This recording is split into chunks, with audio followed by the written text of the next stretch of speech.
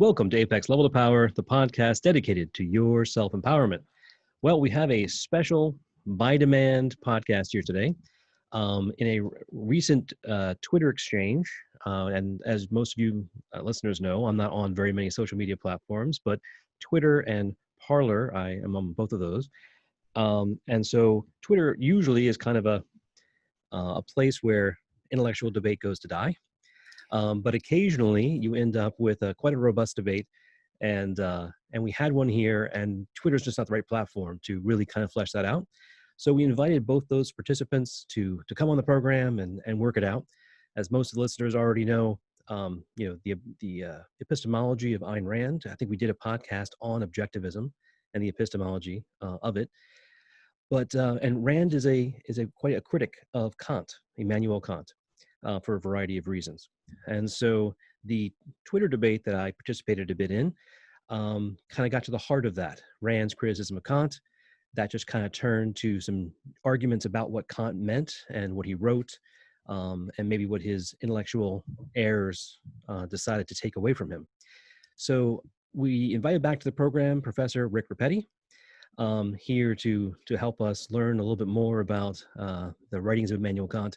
And we also have the esteemed Jeffery Williams, who's also here to help us, who also knows quite a bit about Kant. Now, I think both might say, I'll let them do their own introductions, that they themselves would not describe themselves as Kant scholars. I guess in the academia world, that probably means something very, very special to you people. But both of them are quite knowledgeable on the topic, and certainly we invited them both to help us understand. Now, posted in the show notes is our working diagram, right? That has like an irrational epistemology, a Kant epistemology, and a Rand epistemology. I did email it to all the participants beforehand.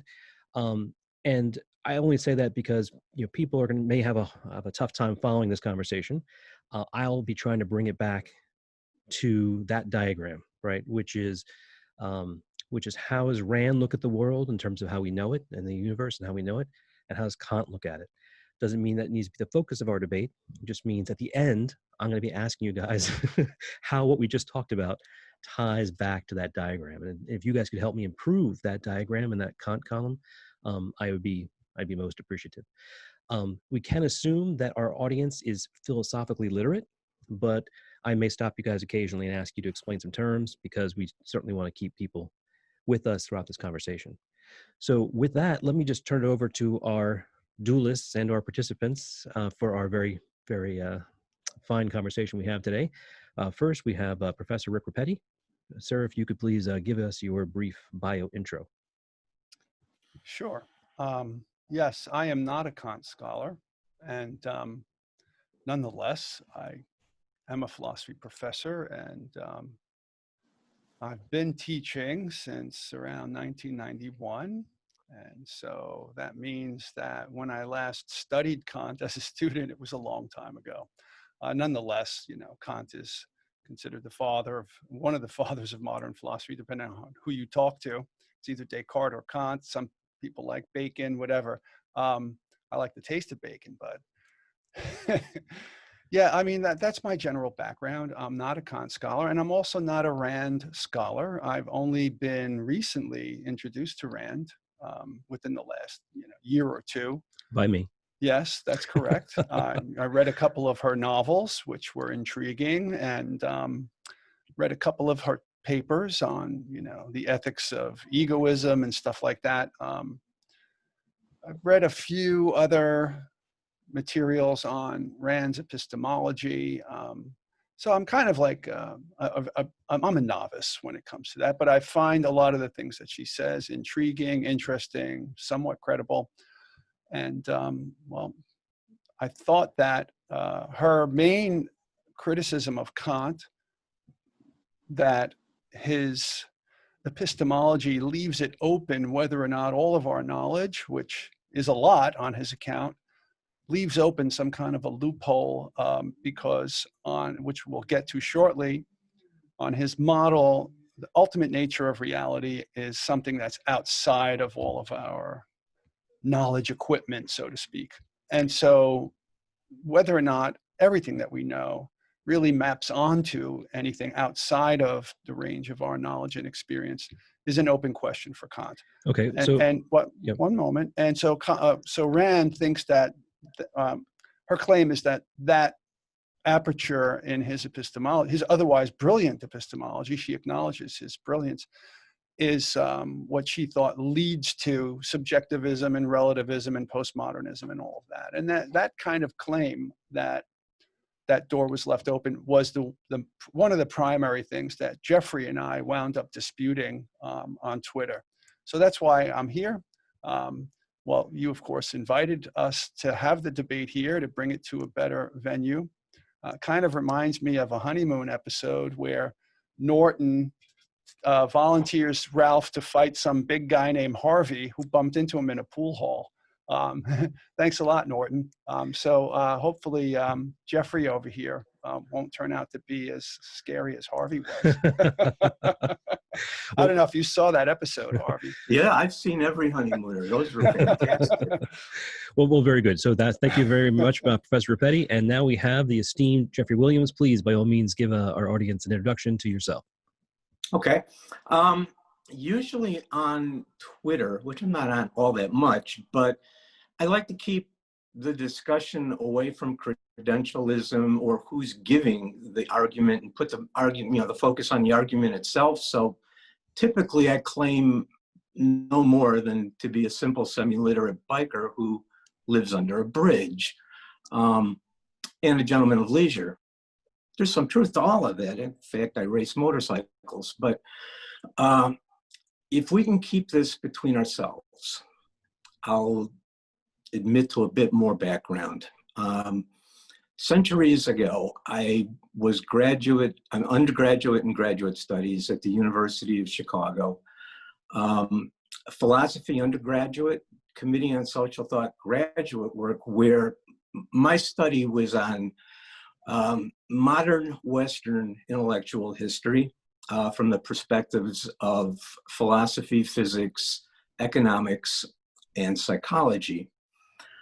And as I was working on my dissertation, I also taught graduate seminars on Nietzsche, Kant, and Heidegger. And because of some instability at the time, mostly my three advisors leaving University of Chicago, I went into, strangely enough, management consulting, which was a shock to me. That wasn't my intention. And that's did that for, that's what I do. Is it really? Yeah. Yeah. I built and ran the global financial management and financial strategy consulting practice at Price Waterhouse. And then Price Waterhouse, Mark. Mark's dealt with them. Oh, he has. Like I was there a long time. Showed up. And then they sold us off to IBM, and I finished my last 2 years there and retired. And now I really am a gentleman of leisure. But my main interest has always been, continues to be, that intersection of philosophy and physics. And that's where I am right now, just beginning to write again after a long absence. And I also want to say that I see my role here. I'm not going to defend Kant or Hume or refute either of them. There's much to admire in both, and there are things to question. I saw my role here more as striving to clarify each and the differences between them, and in so doing, argue that in fact Kant was not about leading to postmodernism, but rather establishing the grounds for the reality of objective knowledge, quite the opposite of what people often think of today. Okay, very good. Well, thank you for that introduction. And I see that the fourth member of our party has come, and that is the esteemed Mark Pellegrino, star of Stage and Screen, real-life crusader against bullying. Mark, if you could just give a brief intro to our listeners, we'd be appreciative. Hi, I'm sorry I'm coming to the party late. I thought it was at 7:30, 4:30 my time, so I apologize if I'm stepping into the arena late. Yeah, I've been an actor for many years, regular on multiple TV shows, and taught acting, still teach acting for over 20 some odd years. My interest in philosophy is not as intense as Jeffrey or Rick, who are academics. I'm an autodidact who just loves ideas and loves listening to ideas, and I love the truth. I'm attracted to the truth. So I did take 3 years of at the Objectivist Academic Center. So I studied many of these philosophers that you guys know in depth, in brief, the way you probably would in a semester in college.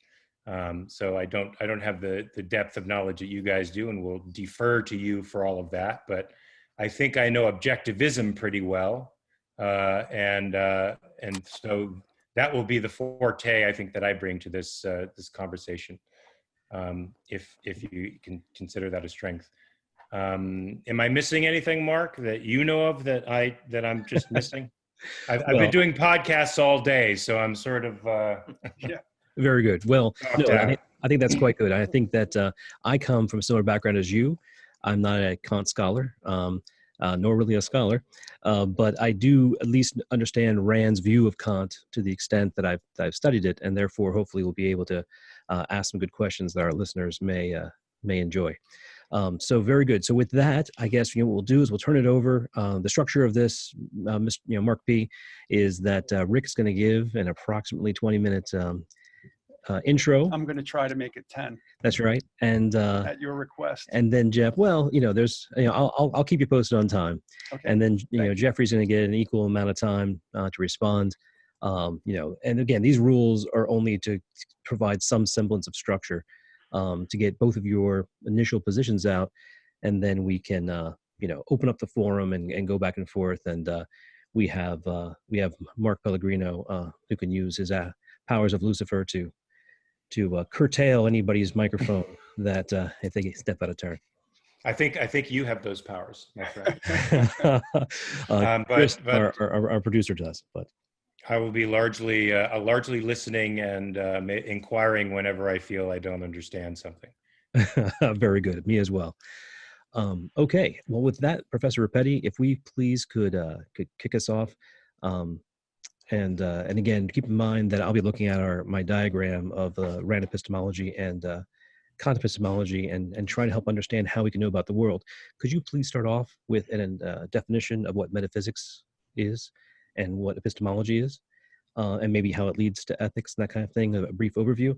Jeffrey, you can feel free to jump in with your own when it comes to your turn if you don't agree. But just for all our listeners, a brief introduction to the world of metaphysics and epistemology. Sure. Metaphysics is the branch of philosophy that deals with the study of the nature of reality, the criteria that we use to determine whether or not something is real or if it exists, the kinds of things that exist, the modes of existence that things might occur in, such as objective or subjective or intersubjective. Theories about the nature of reality are called metaphysical theories. So that's what metaphysics is all about. So, for example, reality. How do we know reality? Yeah, well, it's what is the reality? knowledge part is separate, but yeah, it's the study of the nature of reality, of existence, of being. Things that exist are. So the verb to be, right? So what does it mean to say that something is, or that it's real, or that it exists? So that's the metaphysics Okay, part. and from a layman's perspective, that means, am I living in a world where there's a Christian God? Am I living in a world with concrete physical laws? Am I living in a subjective universe where my whim can alter things to the way I want them, and I can shape my reality by my whim? So the metaphysics. Those are metaphysical questions. Right. Very good. Is there a God? Is there only matter? Is there only a body and a brain? Or is the mind real? Is it different in kind from the body? Are there more than one type of thing in the universe? Are all things matter, or are some things not matter, such as mind or something else? Those are, and of course, what kinds of things exist? Is there life after death? Or is there a supernatural domain? Are there other dimensions of reality? All of those are metaphysical questions. What's the nature of time? what is the nature of anything? And you want to explore the nature, the objective characteristics of a thing. Those are metaphysical pursuits. Okay, very good. So that's what is reality, and then can we know our reality? That's epistemology. That's epistemology. Epistemology is similarly the study of the nature of knowledge. What constitutes knowledge? Are there criteria that need to be satisfied for us to feel confident that we have knowledge? What are the differences between knowledge and related informational states like belief and faith? Is faith a kind of knowledge? Those are epistemological questions. Some of the central epistemological questions are: what are the methods of acquiring knowledge? Are there different kinds of knowledge?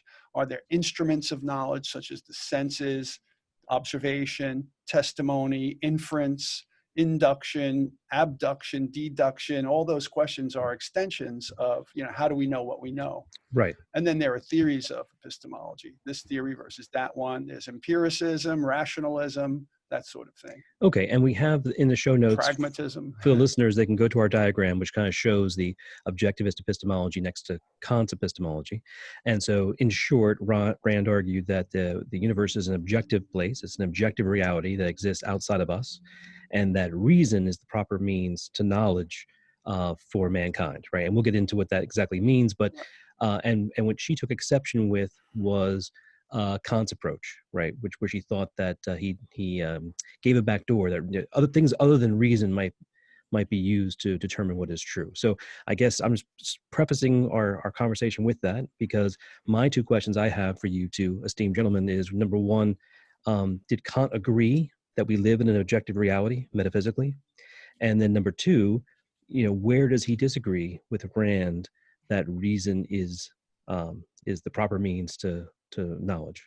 So with that, by all means, go through your material, but those are the questions I'm certainly going to be interested in getting answers to as we go forward. Sure. Those are good questions, and it's not going to be easy to answer them. So it might be a little easier after I That's why give Jeffrey's my here. presentation. But yeah, before I give my presentation, maybe Jeffrey wanted to add something to the metaphysics and epistemology stuff. I wanted to give him a chance. Thank you. On the epistemology, I have nothing to add at all. Metaphysics is a fuzzier sort of area. There are different understandings of metaphysics, starting with originally metaphysics was the non-physical that was the ultimate reality that stood behind the physical world we see. It's changed over time in various ways. In the German tradition and for Hume, metaphysics really is relegated to the nonsensible world. The other parts that Rick was talking about would more fall under ontology than metaphysics. I'm not saying that Rick's is wrong. That is one of the definitions of metaphysics. It's not the one that Germans come out of, and it's not the one that Hume comes out of. Kant was trying to maintain a small place for the nonsensible metaphysical world. Hume was out to abolish it. And then you get into 20th century thought with Heidegger, and metaphysics takes on again another very different sort of interpretation that isn't particularly germane to today's conversation. Can you just explain ontology for our listeners? Yeah, ontology is the question of, I'm sorry, you want to do it, Rick? No, you. I'm curious to also hear the distinction ontology is the between question metaphysics and ontology. Okay, I see them almost as totally separate, almost opposite. Ontology is the study of existence, what exists right here. It's the question of being, whereas metaphysics is what's behind that. So, I mean, if you go all the way to 20th century thought with Heidegger, the idea was to do away with everything that we couldn't know through the senses and just know what is as being. It's the question of what is manifest in front of us. So ontology is a sub-branch of metaphysics. Is that Well, there are some who consider it that. In the German tradition and with Hume, no, they would be two opposite things. You've got ontology, which focuses on what is here right now in the immanent world, and then metaphysics is what is not in the immanent material world, what is non-physical. Well, I wish we could come up with a term that included both, because in my mind, both subjects are in a broader umbrella that contains them both in a sense. There are schools of thought that do that. Yeah. Well, this is a kind of fine pointed thing that we need not resolve that terminology today. Isn't objectivism one of those schools that does that, since it includes this ontology and metaphysics as just the universe, the things that are? Whether you perceive them or see them or not, it's everything. It's just what is. Well, as we're going to talk about today with Kant, Kant's interesting metaphysics is about things that are not necessarily present in the world, but which shape the world, right? So like just even that one aspect of Kant's reasoning, you could make that distinction the way Jeffrey's making it, that those things are not necessarily in the world of experience, but they structure it or shape it or are exactly right for it or something like that.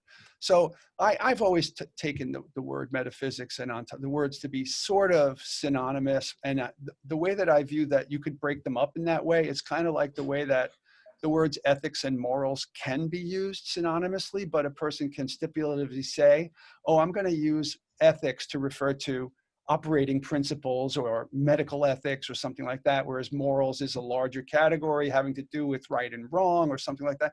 But you could treat them as kind of synonymous. To me, it doesn't make a difference. As long as we are clear what we're talking about, Okay, we'll shelve this for now then. This might be a key distinction between objectivist and Kantian epistemology, but maybe not. Metaphysics, not epistemology. Well, what I mean is, because the metaphysics underlie the epistemology, it may be for Rand, absolutely, yeah. Right. So, okay, well, we'll shelve it for now then, and why don't we go ahead into it, and we'll let Rick do his introduction, and Rick, if you have 10 to 20 minutes, however much time you want to take.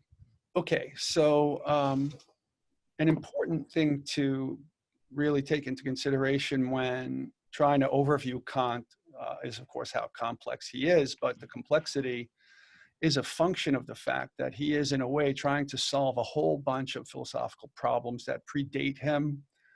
And he's a kind of synthesizer. He brings together two very different schools of thought that have been kind of going at each other from day one in Western philosophy. Empiricism and rationalism, and empiricists are those who would say that the primary source of knowledge is perceptual data, sensory data, empirical. And the rationalists would say the opposite, that reason is the primary source of knowledge. Kind of funny ways that each school of thought will critique the other, but which are intuitive, might be worth sharing, is that the empiricists say that reason without the senses, you might imagine a mind with perfect logic, but has no windows out on the world, no sensory input coming in. Reason without the senses is blind. And then the rationalists say, conversely, that the senses without reason are dumb, right? So these are, of course, gross mischaracterizations or simplifications, but a cow listening to this podcast right now is, in theory, hearing everything and seeing everything that we're hearing and seeing. It's got all the perceptual data, so to speak, but it doesn't have any understanding whatsoever. So Hume was an empiricist, a pretty radical empiricist. And hold on a minute, I'm on the wrong slide here. Yeah, my little slide for Hume. Hume, being an empiricist, empiricists are a kind of evidentialists where they believe that the only beliefs that are rational are those that are supported by empirical evidence or sensory evidence. So strictly speaking, if you only look at what's actually given in the senses, in perceptual experience, you can't get the kind of knowledge that scientific thinking suggests that we can get, right? Not just that. scientific law, all of science is reliable because there's a sense of necessity and connected with laws, right? That water freezes at 0 degrees Celsius and always does. It doesn't just happen sometimes or contingently or accidentally or randomly. There's something about it, this necessity. But Hume thought that on careful empirical analysis of our sense experiences, we never actually perceive cause and effect, right? He uses this example, think of maybe an infant or a young person for the first time seeing a brick fly at a window, a big brick and a skinny window. There's no expectation that the window will break. For all that that infant or toddler knows is that the brick might melt and drip down the glass or turn into a butterfly or something like that. So Hume says, well, where do we get this sense of necessity? We get it from seeing things like that happen countless times. And the word that he used for that is constant conjunction. A is always followed by B in our experience. We don't actually see A cause B. We infer it. We project the sense of necessity onto it. It's just a habit, right? Empirically, it can't be justified. We never see causation. But similarly, he said similar things about morals and about the self, although we're going to focus primarily on the scientific part, perceptual part. But he said, you could see a knife be pushed into someone's heart and kill them, but what you don't see, you don't observe the immorality of it. So you don't get that from sense experience. It's some kind of projection. And he came up with a theory of sympathy. We sympathize with the person being stabbed. We imagine that it feels bad and so on and so forth. Similarly with the self, Hume claimed that although we all take it for granted that we have a self, when he introspected and looked within to find that thing which endures unchanged throughout a series of changes, the substance of a self, there was no such thing. All he saw was a succession of adjacent, contiguous phenomena, one moment after another of itches and twitches and smells and thoughts and desires and perceptions and whatnot. And they kind of appear like a string of pearls, but there's no string there. We infer the string, but that inference is not justified by the actual data of sense perception. So no cause and effect, out the window for all of science and inductive reasoning. And there's other problems about that, but we'll try and simplify it because I'm supposed to have 10 to 20 minutes. Morals are not given in sense experience, and neither is the self. But now this brings in another important distinction that Hume makes between what he calls matters of fact, which are just factual statements, facts about the world, and what he called relations of ideas, which we might want to just abstractly describe as conceptual knowledge. I'll say more about both. All of our sensory experience, Hume said, formulates our sentences or our claims about matters of fact, like the fact that it's raining out now, or the fact that Elsie the cow wears a cowbell or gives more milk in the morning. What he said about these kinds of statements is that they're contingent, meaning if you negate any one of those statements, the opposite of it is equally conceivable and possible and could be true for all you know. Whereas, Elsie the cow wears a bell and gives more milk in the morning, or it's raining out now. If you negated them, it's Elsie the cow doesn't wear a bell, or Elsie the cow doesn't give more milk in the morning than in the evening. There's no contradiction in negating a matter-of-fact statement because it's contingent. Those, however, are knowable, he said, using a Latin phrase, a posteriori, which means posterior to observation or behind it or after it. So in other words, you can only know the truth of matters of fact statements by observing the world, right? You can see if Elsie the cow actually gives more milk in the morning. You could look out the window to see if it's raining. You can't know whether or not any of those statements are true without perceptual verification of them. On the other hand, statements that he called relations of ideas are such that if you negate them, you get a contradiction. So a cow is a mammal. Now, if you negate that, you get the sentence, a cow is not a mammal. But the meaning of the term cow includes that of mammal. So if you translate the meaning of cow, you get the definition of it as something like a certain kind of bovine mammal. And then you're going to say that a certain kind of bovine mammal is not a mammal. And so in short, you're saying that a mammal is not a mammal. That's a contradiction. And contradictions are always false. They're necessarily false. And the statements which, when you negate them, are contradictory are necessarily true because they're true by reason alone, right? Or by meaning alone. And they're knowable, therefore, a priori. That's another important term, right? They're knowable prior to looking at the world. You don't have to look at the world to know that triangles have three sides or that cows are mammals or stuff like that. There might have been some time in our history in the past when we didn't know that whales were mammals and we thought they were big fish, but that's different. So this is an important distinction. Kant says that Hume's problems woke him up from his dogmatic slumbers. He tries to solve some of these major problems of Hume's. He adds another distinction to the one that Hume just made between matters of fact and relations of ideas, where he says, this is Kant now, matters of fact are synthetic, meaning like cow and producing more milk in the morning, they're not conceptually related. Those are united in experience. So it's a synthesis of different elements of information from the world, right? Whereas those relations of ideas, they're analytic, or well, many of them are, like cows or mammals, right? Because what Kant said is the predicate is a cow is contained conceptually in the subject of cow, right? So it's a kind of logical or conceptual or meaning containment, right? So those are analytic truths. And so they're knowable a priori, and the synthetic ones are only knowable a posteriori, after the fact. And then what Kant tries to do is show that actually there's a third category, which he called synthetic a priori truths. So these are truths that are knowable by reason alone, but where they are not actually analytic, because it is not the case that they are knowable because the predicate is logically contained in the subject. They are nonetheless knowable. So let me just lay those distinctions out there. That's a lot of material. And you're 10 minutes in. Great job, Professor. I'm in 10 minutes already? That's right. You have God. 10 more minutes to go. Yeah. Plenty of time. All right. So yeah, I got to speed it up now.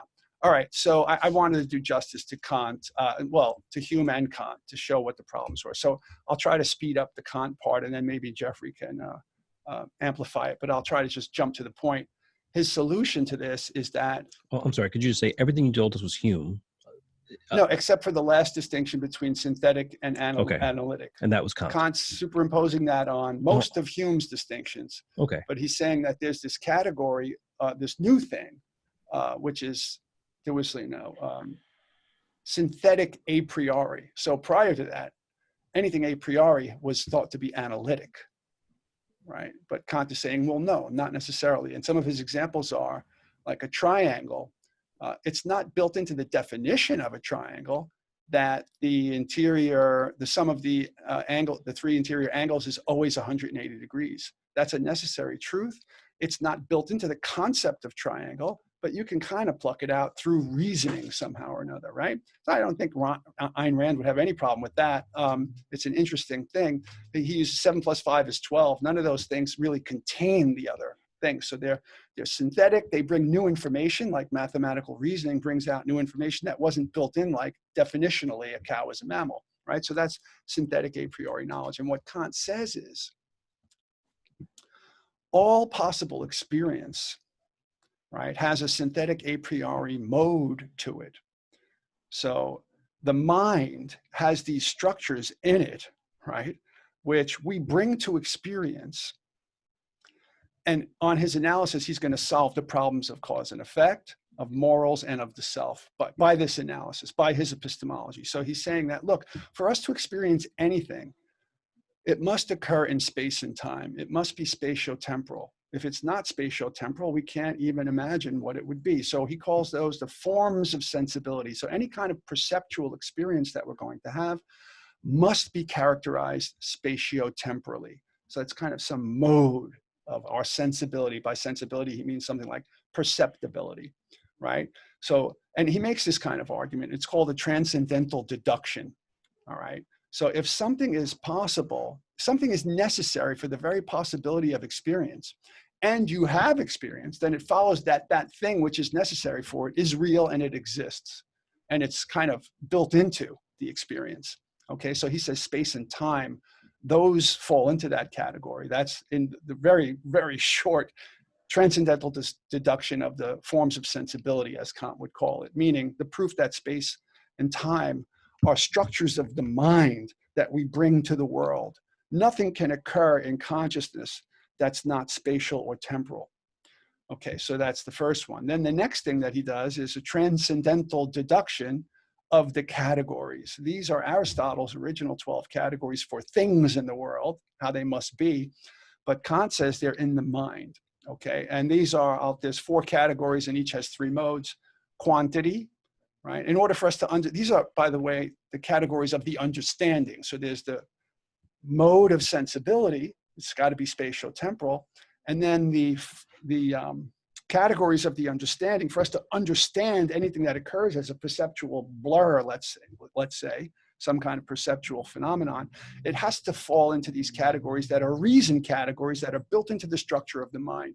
Without them, experience is impossible. Understanding any object is impossible. So it has to have a quantity, there has to be a unity or a plurality or a totality. Those are the 3 modes of quantity as a category.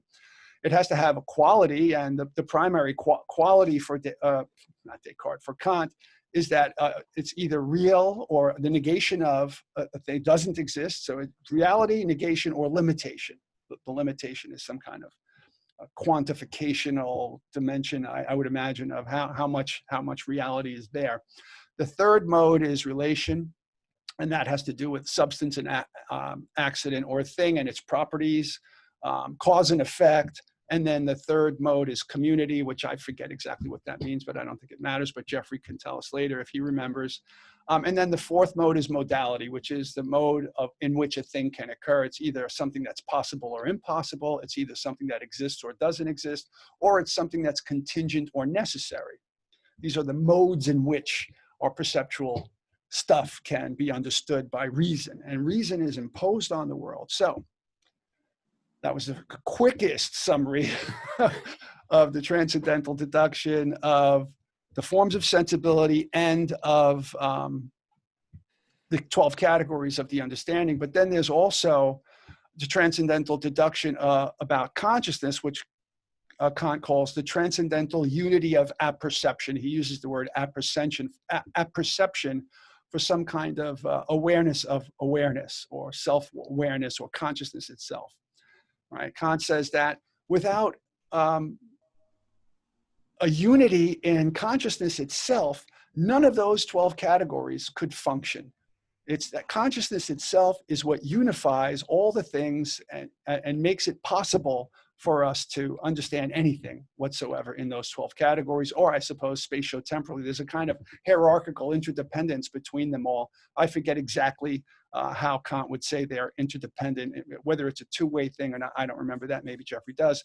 But the idea is, to give a simple example, is something like perceptual phenomena come in and they're all over the place, and they don't necessarily come in as unified. They need to be unified.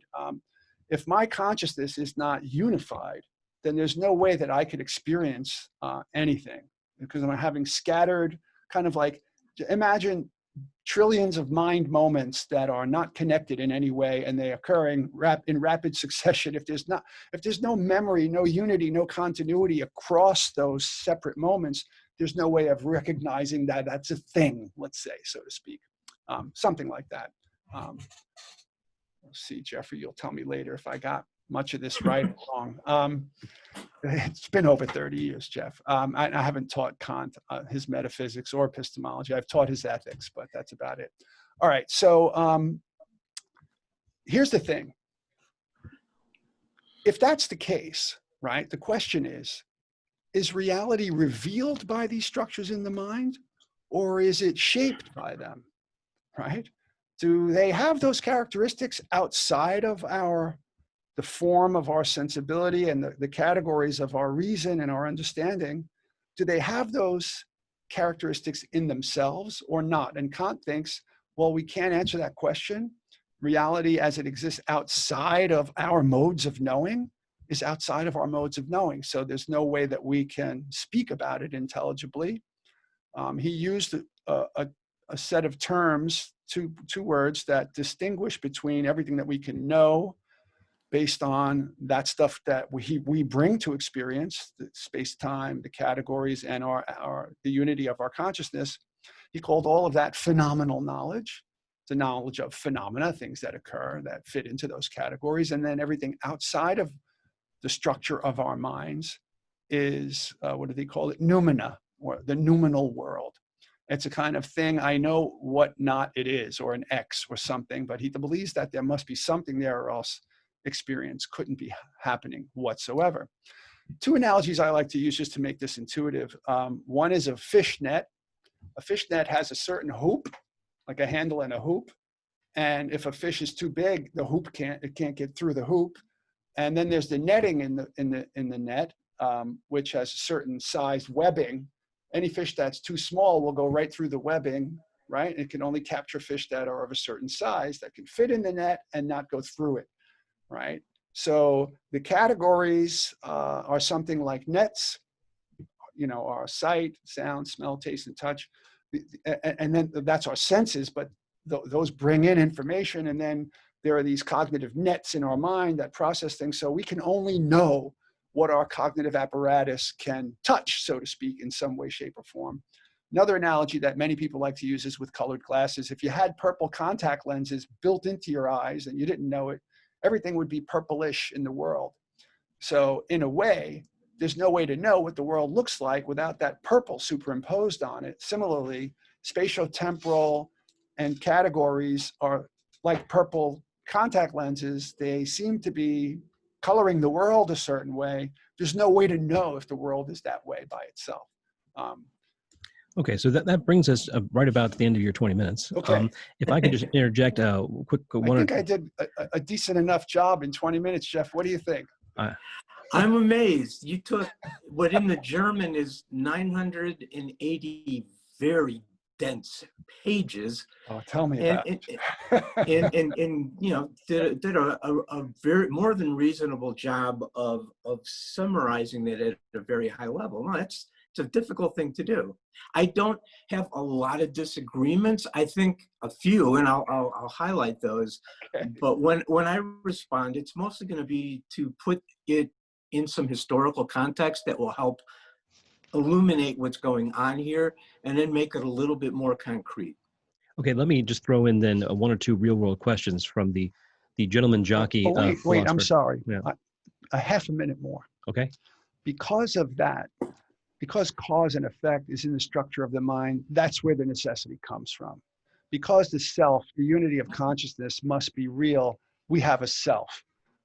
Similarly, Kant makes argument that morals are principles of reason that are synthetic a priori. They're universalizable, therefore they have this quality of necessity. So that's how he solves those Humean problems about the self, cause and effect, and morals. That was an important conclusion that had to be mentioned. Okay. Okay, very good. Let me just ask a couple of questions as a checkpoint before we let Jeffrey kind of jump in.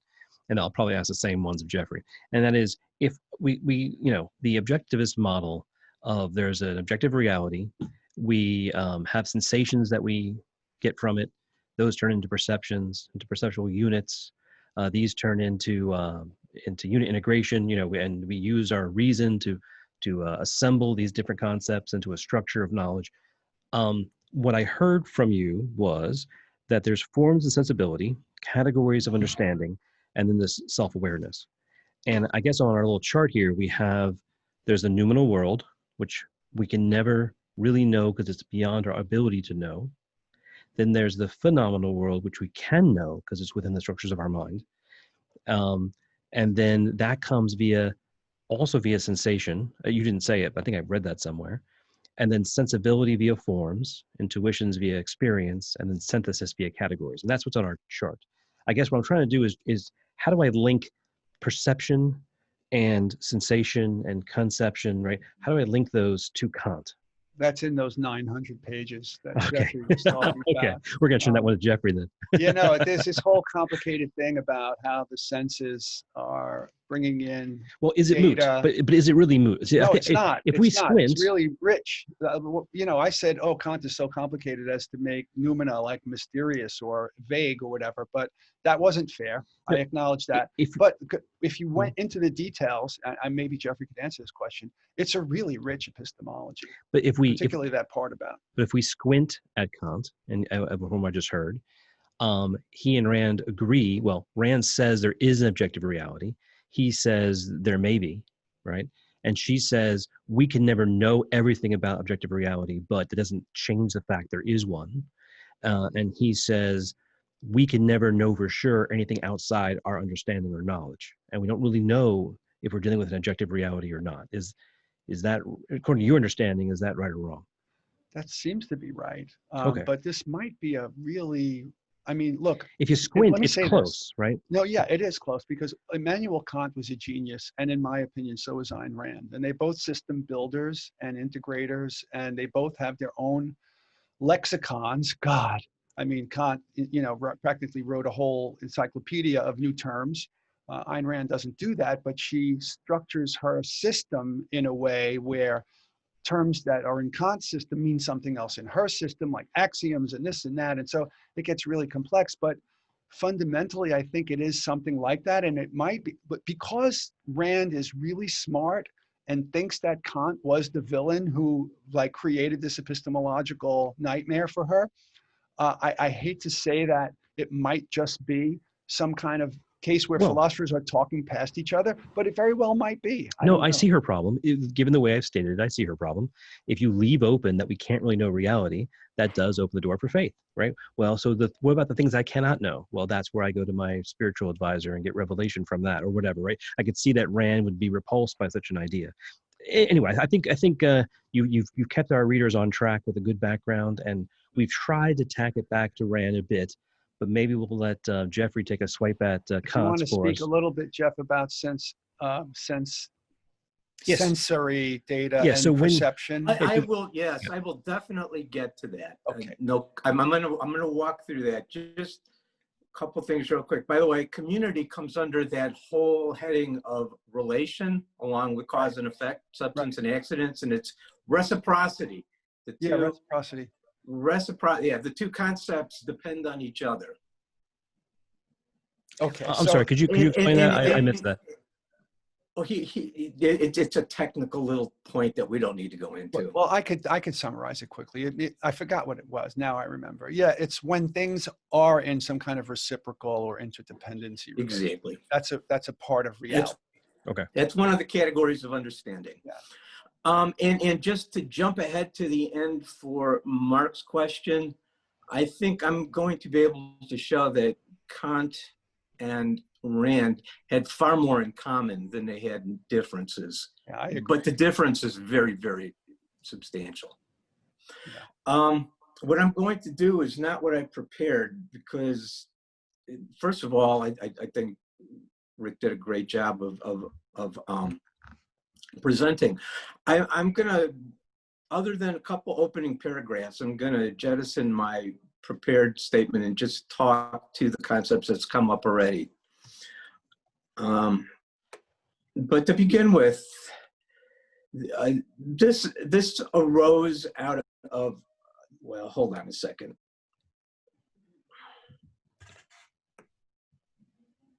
I guess this is one of the things we'll edit out. Absolutely. Yeah. I'll remind you, Jeff, you didn't want any editing, but here's a case where you should want it. we remove all the ers, ums. We leave the bathroom breaks though, because we want people to know you're human. Am I? Well, look, I while you're looking for that, I can jump in with a few more questions for Rick, if you like. Okay, it's going to take me about 10 seconds, but if you have more questions, please go ahead. Okay, so there's this forms and sensibility, and the categories of understanding. The forms of sensibility. That's the distinction time and between space? empirical data on the one hand and understanding it. So like Ayn Rand would say, you know, our perceptions don't give us knowledge. Our reason about them gives us knowledge, right? So This is at a level even lower than that. Like any perceptual data will have to be spatiotemporal. That's the form of sensibility or experienceability or perceptibility. It exists in space and time, therefore we perceive it. It's got to be spatiotemporal. We can only, he's just taken to a lower level and saying any perception you have by definition must be spatiotemporal, because that's all we can perceive, right? Absolutely. Okay. And that is the forms and sensibility. Yeah, he says space and time are the forms of sensibility because any possible sense perception for it to occur must be spatial or temporal. I think or Rand both. would agree with that. Right. No, she doesn't disagree with that, right, as far as I know. And then there's categories of understanding. I think maybe Jeffrey's ready. Are you ready, Jeff? I'm ready. And let me just jump on that question real quick, and then we can get to it again later.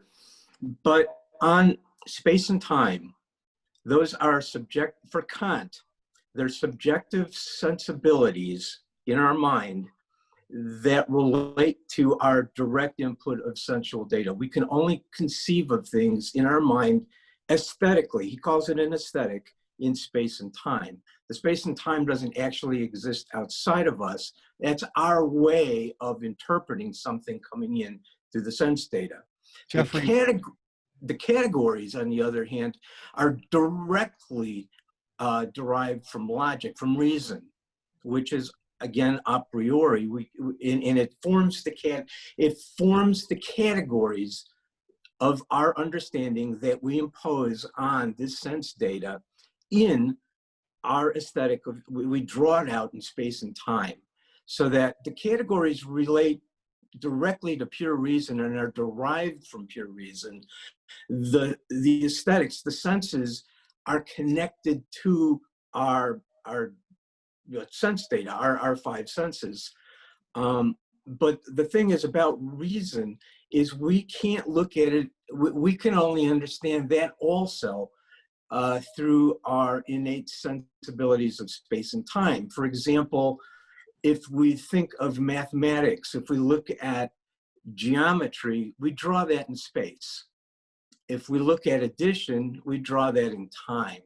If we look at the pure logic, we draw that out in syllogisms in space and time. It's the only way we can conceive of things. We have no other way of doing it. And it's an interesting question. To this day, nobody could say with certainty whether space and time exist outside of our subjectivity or if they're fundamental in the universe. And the odd thing is, because of our subjectivity, it could be that we're just simply not in the position to ever call that one.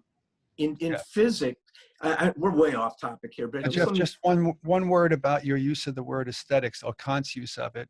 He's using it from the original Greek sense of the word aesthesis, which has to do with senses. So I just don't want people listening to think this has something to do with beauty type judgments or anything like that.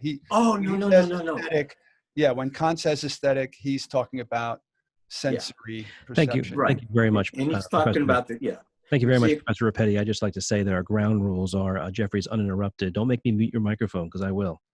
He can help Jeffrey make sense. If he wants to interrupt, interruption. That was if he wants to interrupt me to clarify things, it's perfectly fine with me. I don't mind. Very good. And in fact, that was an important interjection. Your time has been credited, Senator. So you have an additional 2 minutes at the end. Well, thank you.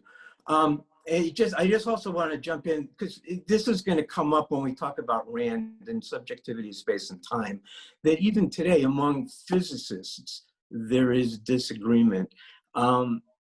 Einstein was adamant that there was no time outside of our subjectivity. Everything exists simultaneously, and we play out what exists as a solid block of one of the things it points out is we can't even refer to what exists outside of terms that are spatial or temporal. So we go astray immediately, but actually there is no past, present, and future. It's all one. We play it out subjectively in space and time. That was Einstein's view of space-time. It was, it was our our way of understanding what's frozen. You have the inflationists see time as elemental to the universe and a function of the direction of entropy. And then you've got quantum field things of time that are kind of in between, like what Penrose talks about. At the very beginning and at the very end of universes, there is no time, because time is emergent from mass. Mass is the same thing as the oscillation in string theory of a particle, and it is that oscillation that creates time. His example of that is rotating neutron stars, which are the most exact timepieces in the universe. So, we don't know. Is it subjective? Is it elemental? Is it something else? We're not in a position to say. Oh, okay, now where does that leave us, though, with Rand? So Rand would argue, I think. Wait. Yeah. Did you do your presentation yet, Jeffrey? I just wasn't sure. Was that No. it? Okay. No, I haven't So even we're just on this tangent now. I don't want Jeff to lose out on his. Oh, very good. Yeah, no, I haven't begun, but I can do that now if you want. Let's do that now. Okay. All right. This issue that we're discussing originated in the belief among some, in the case of today, among a bunch of Ayn Rand followers, that Kant denied the possibility of knowledge of the world and was indistinguishable from Hume's skepticism. I'll argue Kant was quite the opposite and strove to reclaim the primacy of reason from Hume's sentimentalism through a transcendental justification, to restore a solid base for objective knowledge of the world and demonstrate reason as the basis for moral law, which freed it from the mechanistic causality of the scientific objective world. In fact, Kant and Hume fundamentally differed on epistemology and morality, and this difference centered directly on the question of the applicability and the ground of reason. Ironically, Kant's only difference from Rand's insistence on reason as axiomatic is Kant took the further step of defending reason's primacy through demonstration rather than by mere claim. Today, Kant is more often than not misunderstood, and this misunderstanding comes from two different directions. First is from approaching Kant from second and third-hand accounts that provide a simplistic and cartoonishly distorted picture obscuring the subtlety and complexity of his thought, a body of thought that can only be understood through the careful study of Kant's original texts. There is no shortcut, and by the way, I plead guilty to doing exactly that simplistic cartooning right at this moment. The second, and this is, I think, more important for our discussion, the second is to impose an anachronistic modern perspective onto Kant and miss all the important historical context that informed his writing. And by that, what I mean is we have,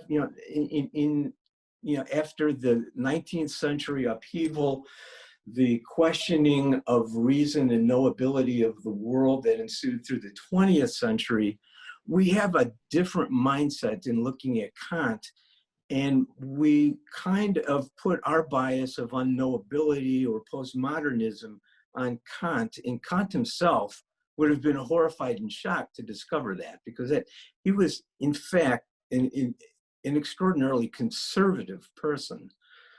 To understand that, Kant appeared at the very end of the Enlightenment as a conservative figure, conserving Enlightenment rationality during a time when the reaction against it had already begun under the steam of Romanticism. Kant's three critiques can be seen as the Enlightenment's closing argument in response to Hume, who substituted aesthetics for reason as the primary component of thought, imposed a final rejection of metaphysics, and by that I mean metaphysics in the German tradition and how Hume understood it as that which was not connected to observable reality, foreshadowing the great upheaval of the 19th century.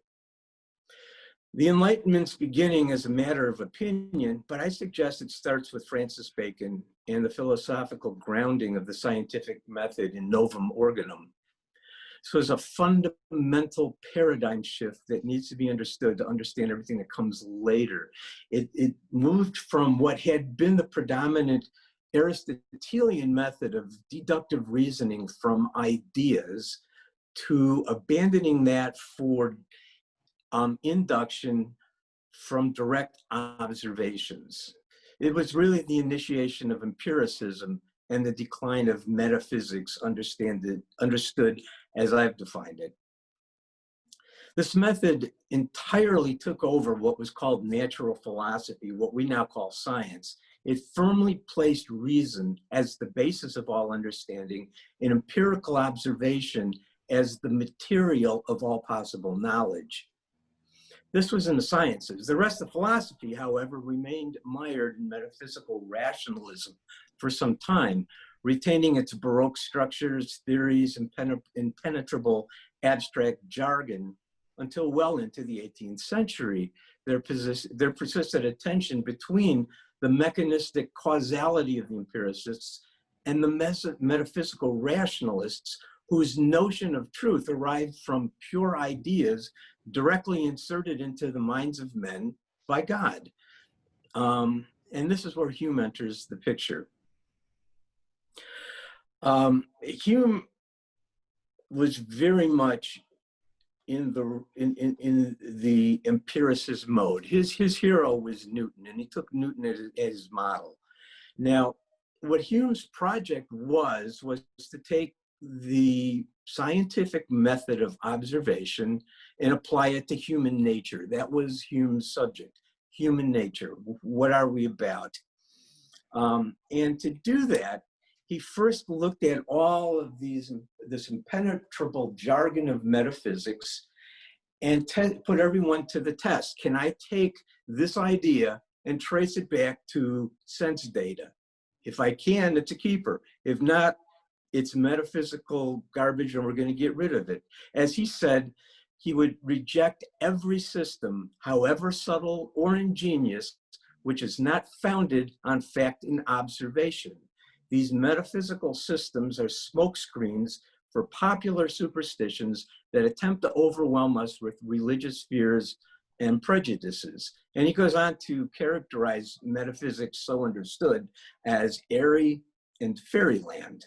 So he's taking all of this metaphysical construction and basically doing away with it and taking terms down to very basic, simple English terms.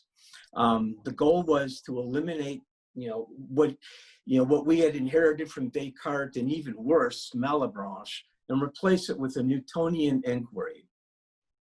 Now, he applies this to the mind, and some interesting things occur from that. Getting rid of all that superstructure of metaphysics and theory of mind, he takes it down to the mind has two elements. I mean, our consciousness has two elements: impressions, which are sensations, desires, passions, emotions, things that come in through the senses, and there's ideas, which are pale copies of it. For example, if say it's a beautiful sunny day on the Mediterranean and we're looking out at this most amazing blue, that's an impression. And the next year we couldn't go there because we're stuck home with COVID. So we're thinking of it. And it's a vague mental impression.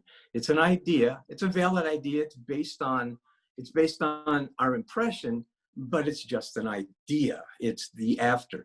It's these ideas that we think about and come up with some order of the world.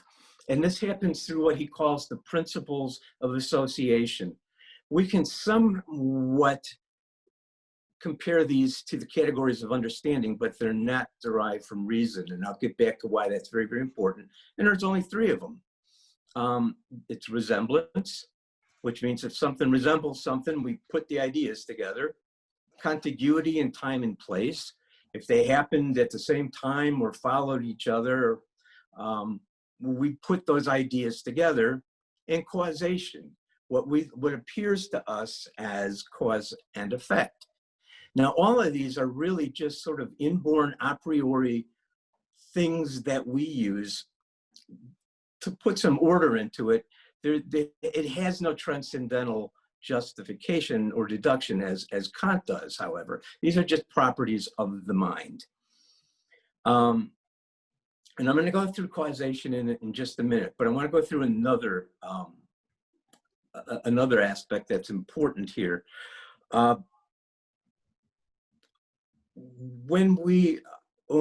There's a difference in Hume's thinking between connection and conjunction. And we can never know connection. Connection is the way two objects of observation interact in some, mysterious way where there's a power. We don't know that. We only know conjunction. We put one idea with another idea. We've conjoined them, but there's no sort of metaphysical connection between them. Now, what does that mean for causality? It means, let me just add one other thing. As you're going to see, and I'm jumping ahead, but it's important to know this now. Hume induces from his observation that reason is a useful secondary development, but it's not primary to knowledge. We know things primarily aesthetically as sense. It could be emotion, it could be just pure sense data coming in, but everything that we believe or that we believe to know is actually a result of senses, of sentiment, not of reason. Reason is what works to conjoin ideas, but it works secondarily. It doesn't form what we believe, and reason has no effect as in cause and it is not a cause as in cause and effect. For example, let me give you an example of we could through reason understand that exercise will lead to reducing weight. That won't cause you to do anything unless it's conjoined with an emotion that says, I want to lose weight. But it's the emotion of I wanting to lose weight that has the causal, that plays the causal role, not the reason that says this is a way to do it. The other overriding principle is what he calls the uniformity principle. And this will also come into how he sees causality. There is a principle subjectively that we all have. It's just part of being a person. If he had come later, he would say it evolved, but he didn't know yet about natural selection. But the uniformity principle is a habit we have of assuming that nature doesn't change, it's immutable. So here's how causality works for Hume.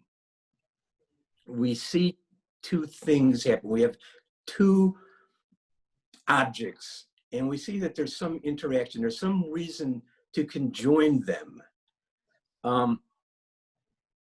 Now, what happens is over time, if we see that conjoining happening repeatedly, we tend to trust it. And on the basis of the uniformity principle, we attach an emotion called belief to this conjoinment. For example, if I have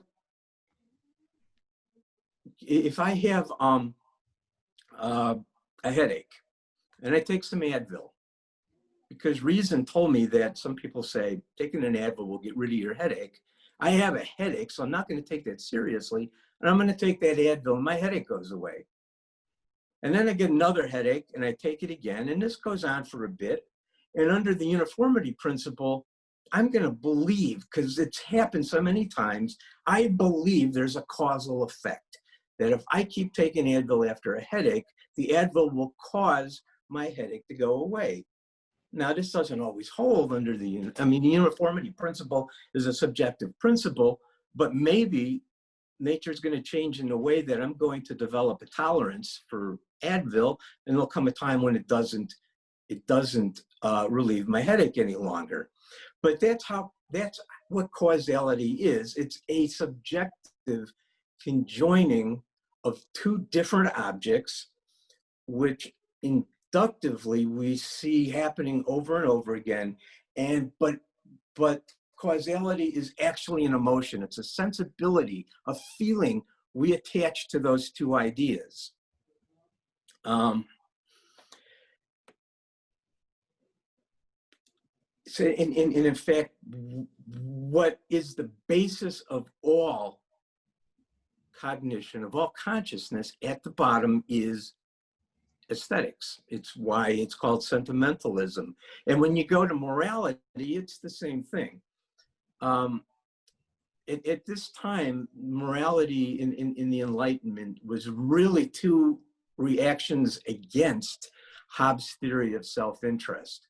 Hobbes had it where laws, there is no basic morality. There's only self-interest. Laws are enforced by rulers to tame the populace, but really what that is convincing the populace that, revolting against the rules is going to carry such a penalty that it's in their self-interest to obey the rules. That's just simply how it is. Now, in the Enlightenment, that didn't gain a lot of traction, but it gained two different reactions. One among the rationalists, remember, and the rationalists are those like Descartes and Malebranche, who saw ideas as direct inserts into the mind of God, and among those are the objective laws of morality. So that's where we get our morality from. These ideals that God puts into our head. The other branch or reaction against Hobbes was sentimentalism, and that was where Hume was. He picked it up from his professor Hutchinson. But for Hume, the way that morality worked was through a slight alteration of our feelings of love and hate, and which then becomes either approval or disapproval. And we get it through the mechanism of what he called sympathy, which was our ability to imagine the feelings of other people, because there was a commonality. We all have similar emotional and cognitive structures. And so we can sympathize with people in different positions. And if in doing so, we're sympathizing with their sentiments, and we see that something is good for that person and others, then we approve. And if we see that it's not good for that person or for others, then we disapprove. And that's the basis of morality. Now, getting to Kant, and I'm going to go at a very high level here because... You got about 5 minutes, Jeffrey, just to give you a time check. Okay, I'm 15 minutes into this? No, that's right. Okay, I'm gonna go quick. For Kant, he as Rick pointed out, tried to synthesize these two things together. But the way he did this was in reaction to Hume's skepticism. As he said in the Prolegomena, which is a sort of the short version of the Critique of Pure Reason, he says that basically he wanted to restore, in order to make a trial with Hume's problematic concept, namely the concept of cause, first there is given to me a priori by means of logic the form of a conditional judgment in general, namely to use given cognition as ground and the other as consequent. And he goes through how this happens, but instead of it just being mere haphazard associations of ideas, everything to Kant comes down to reason. And now I'm going to go through that structure that Rick went through on the epistemology. At the very top of the hierarchy is pure reason. And this is the one thing that Kant retains from earlier rationalism in metaphysics.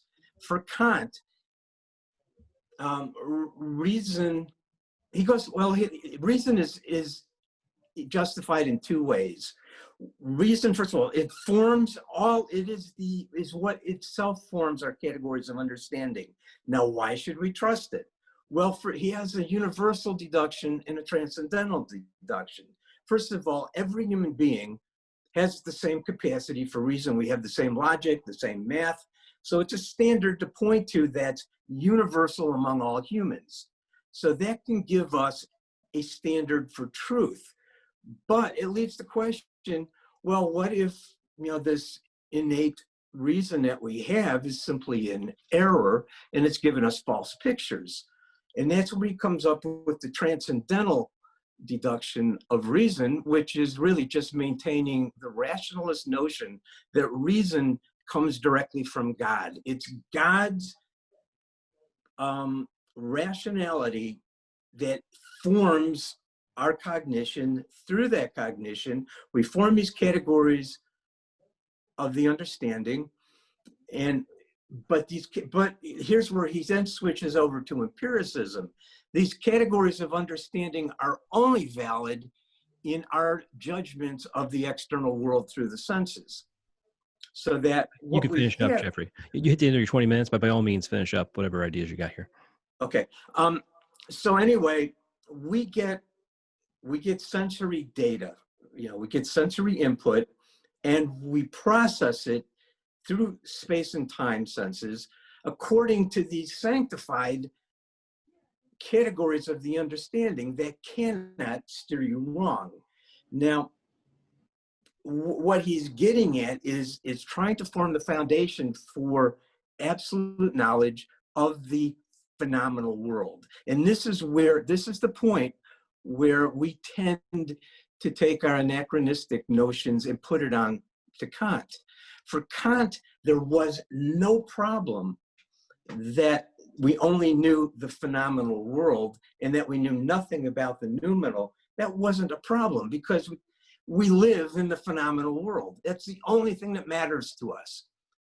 What we see objectively is our world, and we can know positive things about that world because we sense it directly. We're a passive receiver of sense data, and then this logic, which is transcendentally deducted, it's coming from God, then performs its operations on this sense data to basically construct a truth that we can understand. So for Kant, causality is one of the categories. It's not a sentiment. It's actually an a priori possibility that we present onto physical data, and it's true. There is a true causality. Now, and in those senses, I think he corresponds well with Rand. When you get to morality, there's an odd sort of inversion here. Kant also insists that since reason is the perfection of God's mind, morality has to be based on reason. We don't have objective laws coming in, but instead we have the means to identify the laws ourselves, and that is in the categorical imperative. Act according to that maxim, which you could wish to be a universal law of nature. So anything that is non-contradictory that you could wish for both yourself and the rest of the world is moral. And this is the way to break the mechanistic causality of the physical world. We see things causally. There is mechanistic causality, but through reason, which is our direct apperception of the noumenal, we can overcome that causality and be moral instead.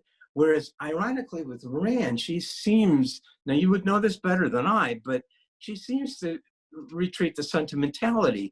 Morality is what I feel to be good for me. It's self-satisfaction in felt rather than reasoned. That's incorrect. I just have to say that that's not true.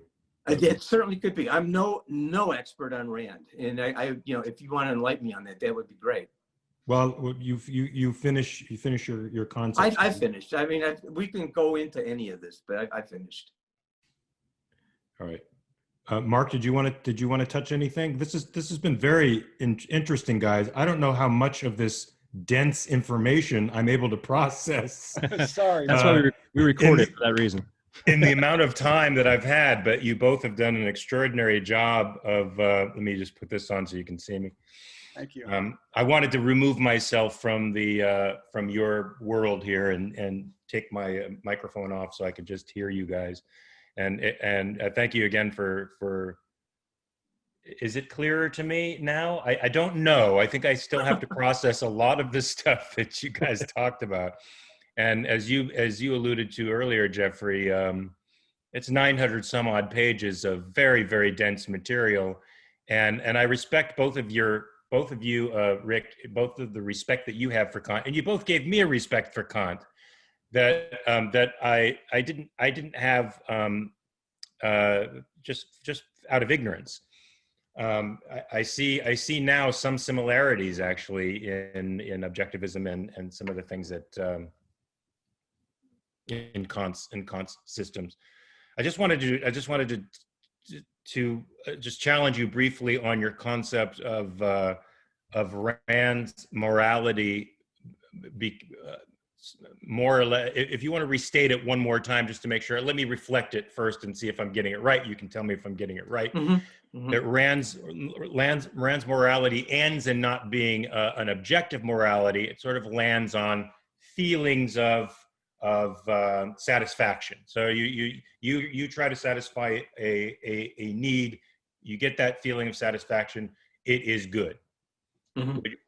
Is that your sort of testament? Yeah, and the reason, like I said, my knowledge of Rand is superficial, but I saw in an interview she did, she was talking about love, and if you're an unselfish love is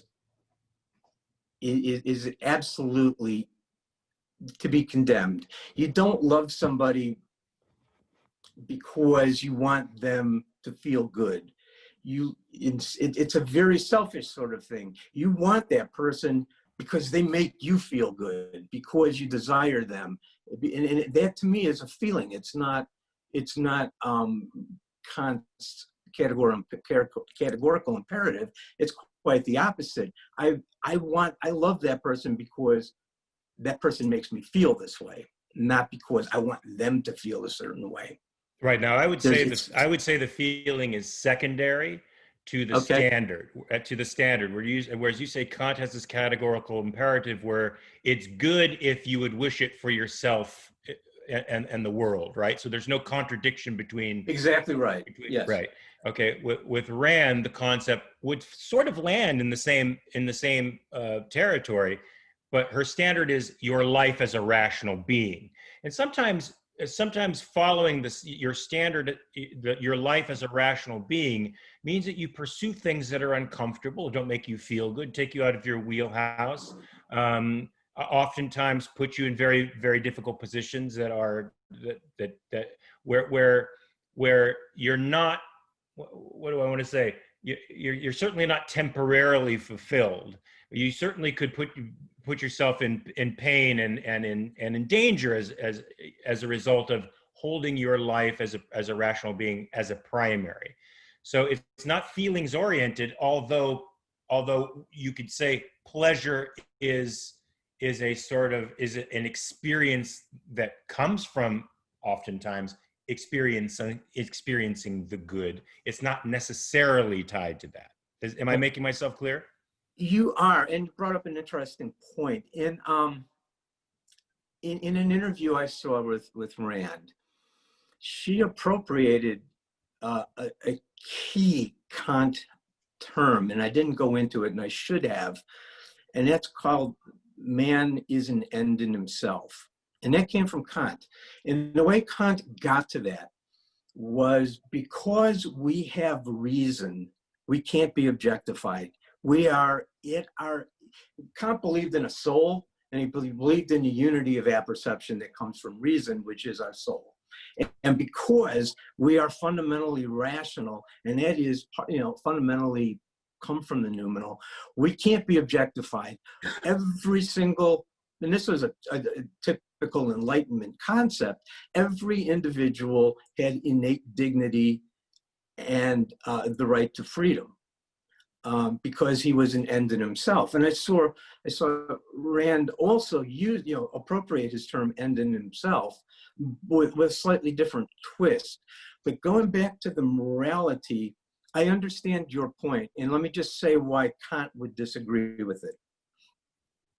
For Kant, it was clear cut that reason is the determinant of morality. The underlying central principle of reason is the principle of non-contradiction. It can't contradict. So that if what you want to say is a moral axiom is contradictory with something that you couldn't wish for the rest of the universe, it's not moral. It just simply isn't. And for example, if we come to love, and let's say that I love my neighbor's wife, and she does me also, and we each have our selfish reasons for doing that, we can say, well, because we're ends in ourselves, we deserve to be together. And Kant would say, no, because you have just violated holy matrimony, which you can't hold to be non-contradictory. Now, the other point I wanted to say, and is kind of shading a little bit, that we find ourselves in uncomfortable positions is just it's a fact of the phenomenal world. We're going to do that, and we will be out of our comfort zones. But the rationalist would say your comfort is not of any consequence. It's your ability to overcome the discomfort that would define what is moral, not that your comfort or discomfort. It's that often the morality will cause you to do things that are not comfortable. You have to do it against your will, and that's the essence of morality, to be able to block the sensible side of things in order to connect with this noumenal rationality and do the moral thing. I don't see that in Ayn Rand at all. See, because I think I think where you're drawing from morality from this noumenal world, she draws from morality from the nature of humanity and the way in which men interact with the world. Now, and I think Rand would probably, I can't speak for her, of course, and I can't speak for objectivists, but I would conclude as an objectivist that having the affair with the other man's wife is wrong because that man is an end unto himself as well, and that and relationships, we have agreements with one another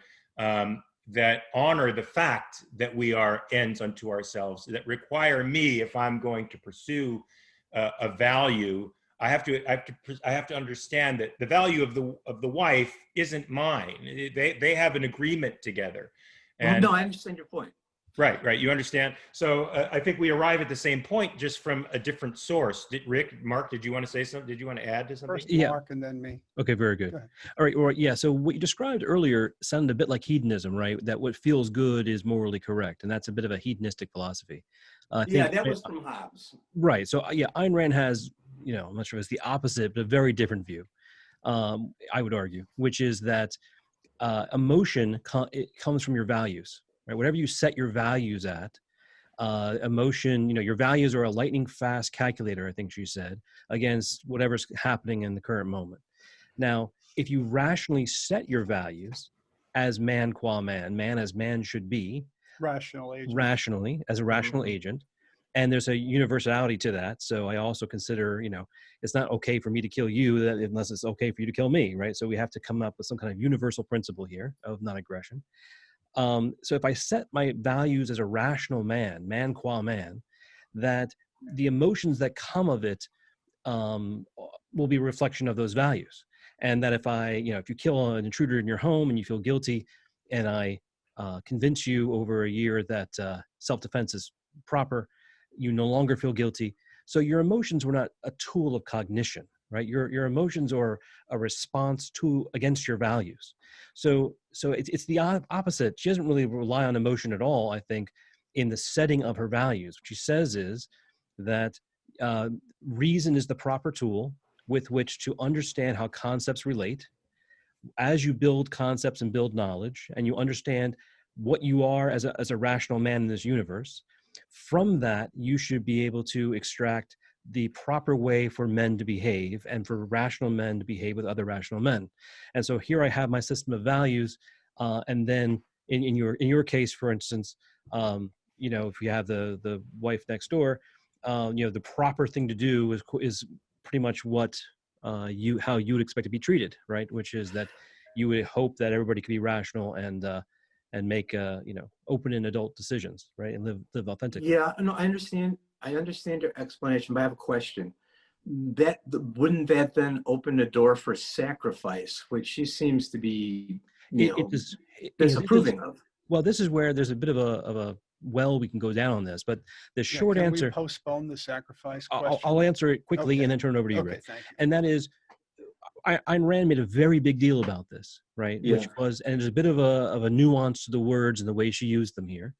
But she says, if a man surrenders his money to save his wife, to call that a sacrifice, right, is to imply that the money meant more to him than his wife, that he sacrificed the greater value for the lesser one. Well, if he loved his wife more than the money, it's not a sacrifice.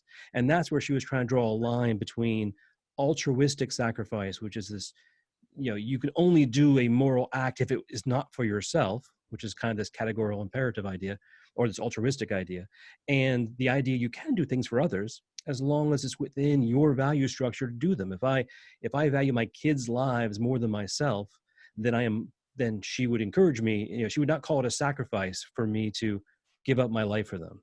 But if there's a bum on the street and am I required to sacrifice my life for some stranger, she would say it's according to how I've rationally set my values. So she draws a distinction there between sacrifice that we probably need to work through. But Rick, we would have to. Yeah. No, that was a good, really good, quick answer for the sacrifice thing. I don't think I could have done it that quickly. Thank you. That clarified it a little bit for me. So I just want to make a distinction clear that I'm sure Jeffrey knows that, but I'm not sure if Mark know it. It might help to show how much Rand and Kant do have in common with morals, but then also to make it clear where they depart from each other. So Kant trying to analyze and set forth the meaning of morals. Kant thought it would be good to describe the distinction between different kinds of imperatives. And he used this analysis to break open the concept of the notion that some statements have a real moral force and others don't. So categorical imperative, we mentioned that a few times, but it might be better to start with the alternative, which is hypothetical imperatives, because that's easier to explain, and then categoricals are easier to explain once the hypotheticals are. So an imperative is some kind of ought statement. You must do this or do that, be quiet, you shouldn't do that, right? Those in the four parts of speech, there are declarative sentences and interrogatories and imperatives and exclamatories like, oh my, right? So it's like a grammatical analysis at first, that moral statements come in the form of imperatives, but he says not all imperatives are moral statements. So take hypothetical imperatives, for example, which are imperatives that come in the form of if-then statements, which are if-thens are hypothetical. So if you want to become a lawyer, you should go to law school. If you want a soda, you should put $1 in the machine, or whatever it is, right? If you want something, then it makes sense for you to do the thing that will lead to the thing that you want. And those hypothetical imperatives implicitly rely on causal statements being true, like going to law school is a causally necessary thing for you to become a lawyer or something like that.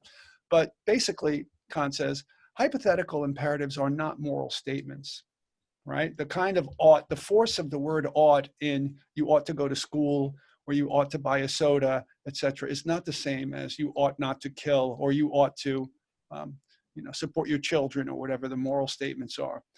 He said those are unique, they're categorical, they're not hypothetical. In other words, what does it mean? They apply categorically. They're not contingent on some antecedent desire, which would be mentioned in the if clause. If you want X, then you ought to do Y, right? They apply categorically. You ought not to murder. You ought to tell the truth, etc., right? So he says that's the part of speech, right? It's a subset of imperatives. They're the ones that are categorical, but of course, not all categorical imperatives are moral, like you ought to commit murder, right? That's a categorical statement, but it's a categorical ought statement, imperative, but it's not necessarily moral. And that's when his formulation for figuring out which statements, which are categorical imperatives, happen to be the moral ones, are they have to be universalizable, right? So that's the idea, that the principle implied by the action, whatever it is, like, telling a false promise in order to benefit yourself, right? If you could, say that it's the principle implicit in that action would be, it's morally acceptable to knowingly make false promises when doing so will benefit you, or something like that. That's the maxim of your action. Can the maxim be willed to be a universal law? And this willed to be a universal law thing can be interpreted in two different ways. One is, would you want it to be the case that everybody observe that? What would that be like? Could that be observed without a contradiction? Another way of understanding it is, would all rational beings consciously, knowingly, volitionally accept that principle as applying to them? Like, I might accept that it's okay for me to lie to you, but you might not accept the principle that it's okay for me to lie to you, right? That sort of thing. So you could look at it in a number of different ways. And then he had a backup principle called the humanity principle, which says, if sometimes that doesn't work or it doesn't make it clear, follow this rule instead. Treat every human being as an end in him or herself, right? So that's the humanity principle. It's a kind of adjunct or assistant to the categorical imperative. So I think that Rand would accept those distinctions. So they're all wonderful ideas. 2 and 3. And she accepts all of that, I think. But where they differ is that Kant says in the grounding of the metaphysics of morals, I believe it's in there. Jeffrey, you might know these texts better than me because you've taught Kant. But I think that he says, to make it clear, it should never be the case. If there is a hypothetical element to your motivation, right? Like, I suppose doing X is a really good thing to do. It passes the categorical imperative and all that, but I do it because doing so will benefit me, and that's the reason why I did it. Then I'm really acting on a hypothetical imperative, and therefore it's not moral. And the test of that is that when you act against your self-interest, right? So a lot of people take from Kant the idea that whenever you act in self-interest, it can't be moral. It's morally irrelevant if that's what's motivating you to act. Whereas Rand would say, no, you're a rational being. You're a human being. You have self-interest. You have to act on your self-interest in order to survive and to flourish. And that's good. There's nothing wrong with that. Self-interest is not necessarily bad. And that's her philosophy of egoism, which people caricature as some kind of the negative interpretation of the word selfish, right? But it's just, she would say, we're too altruistic because religion and philosophy have taught us that we shouldn't have self-interest. So she's advocating, no, you really should be selfish. Did I get that right? I'm asking the two Marks. I think that was a very good characterization, but I wanted to hear what Jeffrey looked like he was about to say. Yeah, I think that was an important point. On the Kant, if I can will something to be a universal law of nature, and I'm doing it out of self-interest, that doesn't make it immoral. It just, you haven't really done the moral thing, but you're fine. But morality, let me go back to Hume and Kant, because this is where it really comes down to. For Hume, morality is embedded in human nature. It's in our sensibility. We have a sense, a moral sense, which is a sense, not an idea, not logic. And it's part of our nature. It develops out of our nature. For Kant, morality is a denial of human nature. So that if you know, if I really want to do something and I can't will it to be a universal law of nature, and I refrain from doing it even though I wanted to, that is a moral act. Because I've denied my human nature. It seems to me with Rand, and like I said, my understanding is paper thin, but for her, it wouldn't be a denial of human nature, but rather an expression of human nature, which would be closer to Hume. The morality. I think. Yeah. Go ahead, Mark. Go ahead. You go ahead. Yeah, the moral act is the one. I think she prided herself on creating a philosophy that can be attained, right? That there's not some unattainable ideal. Her view is you're a rational being, you make your values accordingly, and then you act according to those values, one of which has to be self-interest to continue to operate as a living being, and there's nothing wrong with it, right? So as a matter of fact, you should embrace that. All things good, good societies come from people acting in their rational self-interest. And of course, rational self-interest means I'm not going around killing other people because I don't want them to kill me. Right? It just means human life takes place in a certain context. And the context is that we plan long range. We have a relationship to our world in which we have to see our ends. We have to project an end for ourselves. And as a result, I think that makes us different than other living animals. As a result, reason, I think, incorporates the vision of the end, of where it is we're trying to head. Right, and my point is that puts her closer to Hume than to Kant. Absolutely.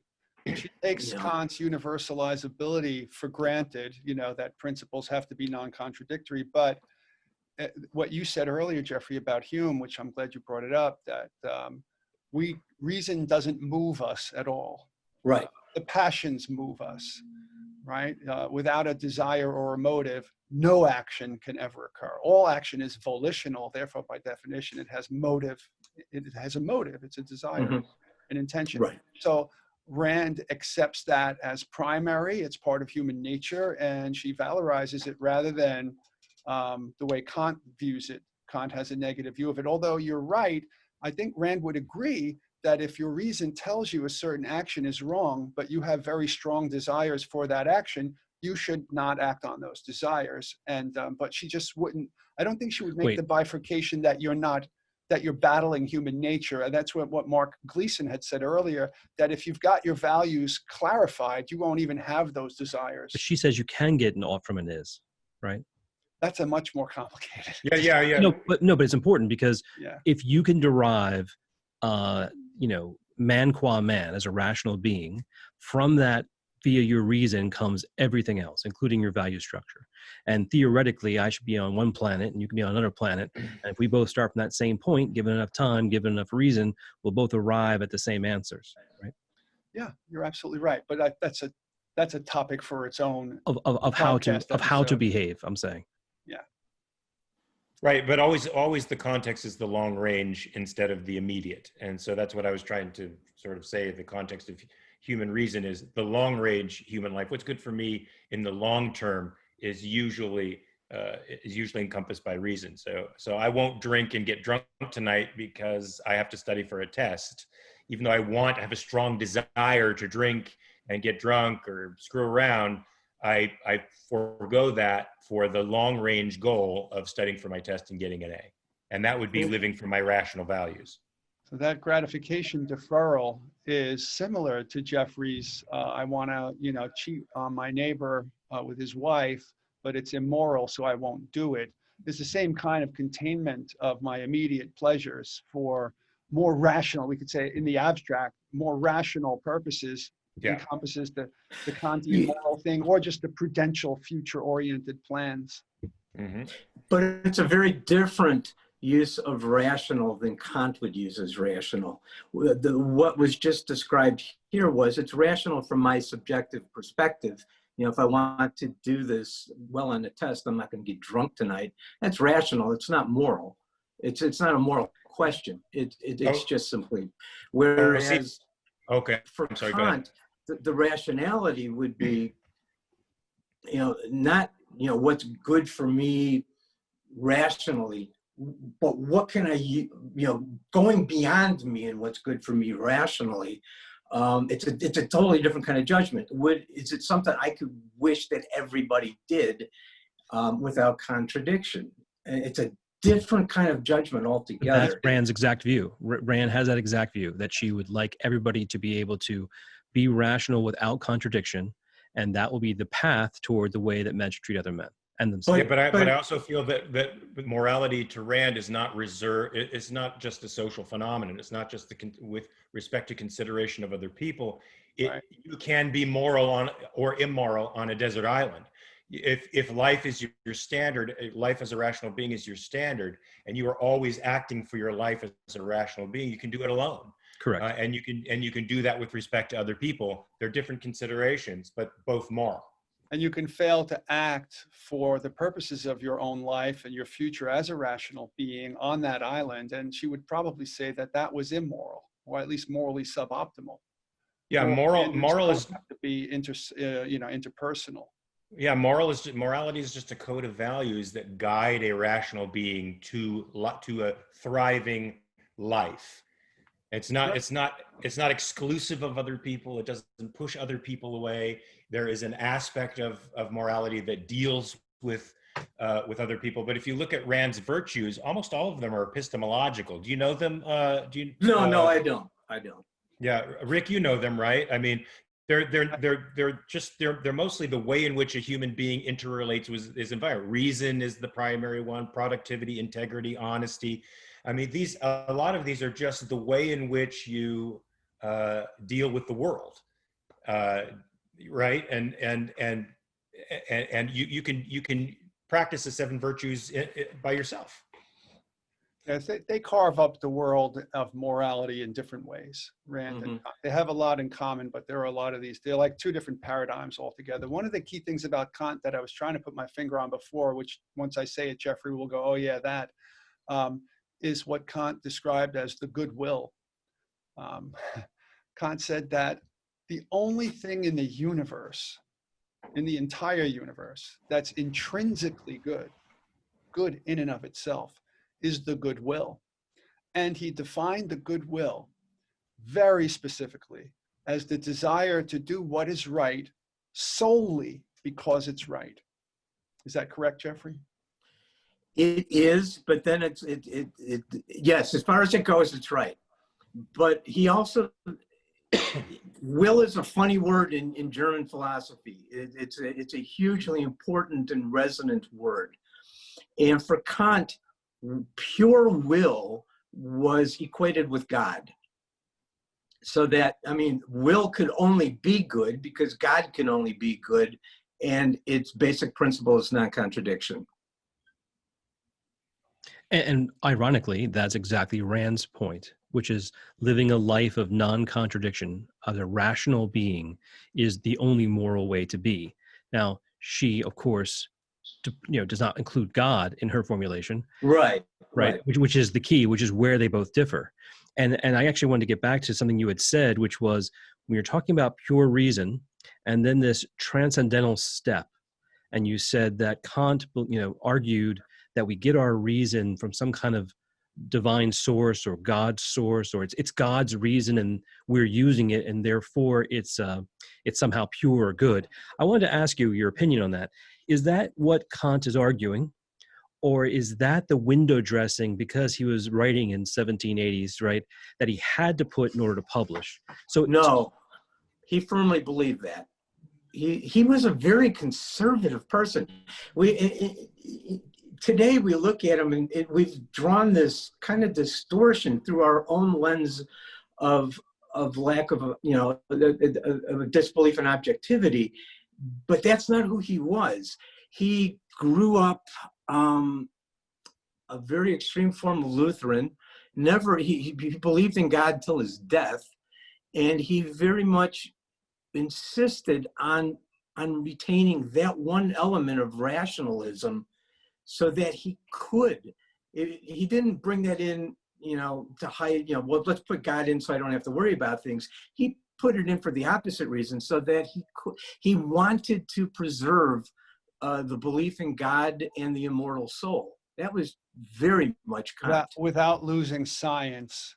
Without losing science. It right. was the conjunction It was of empiricism and rationalism. Brilliant synthesis. But this is the critique. This is exactly Rand's critique, for which she is critiqued, right? She says that he did a great job for reason and then fell short. That at the end of the Enlightenment, when we could break free from the chains, in her view, of religion and mysticism and blind faith, and we could embrace logic and reason and other values of the Enlightenment, that Kant in the 11th hour kind of betrayed his charge and left the back door open and said, you can have reason, but you still have to have God and blind faith in there as well. So all I'm saying is that's her critique of Kant.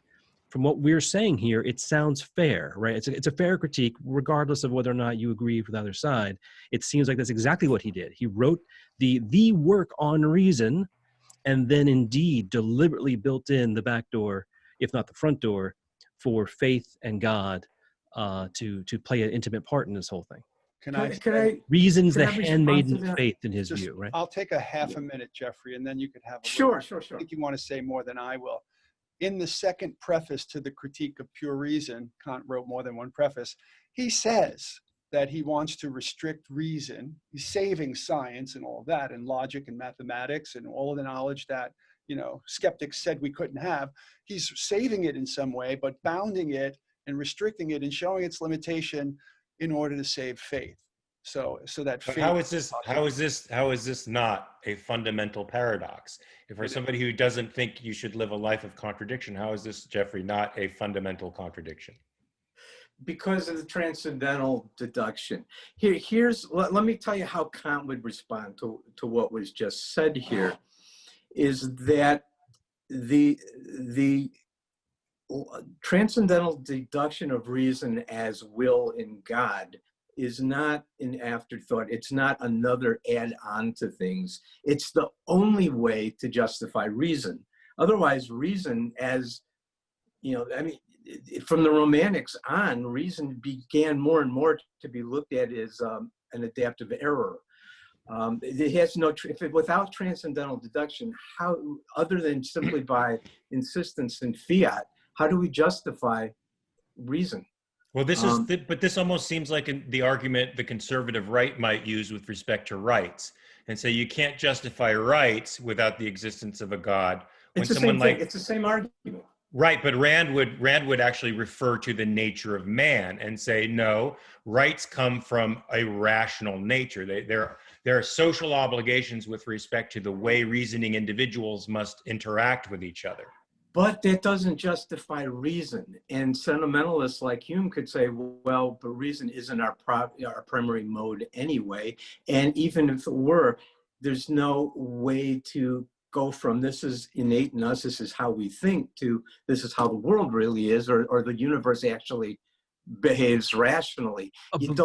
It's just an assertion. It's not a justification for it. Let me say two things. One, Rand, you might want to think of Occam's razor for these two systems, right? Occam's razor is don't multiply entities needlessly, right? But that you don't even call on Occam's razor unless the two theories both would explain the data equally well.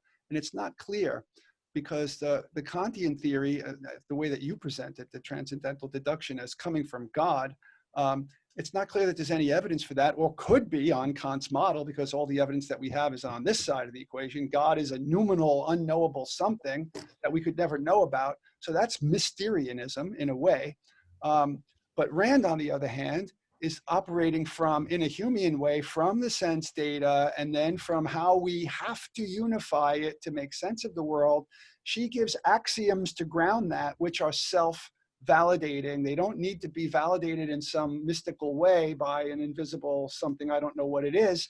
So when you compare just that characterization of the two systems, there's something to be said about Rand's approach. And maybe Mark would like to say anything about the three axioms that Rand starts with, which is consciousness, existence, and a law of identity. And her solution, by the way, to the problem of cause and effect comes from her understanding of the identity of everything that exists, which is really fascinating. Yeah, I'll just add to that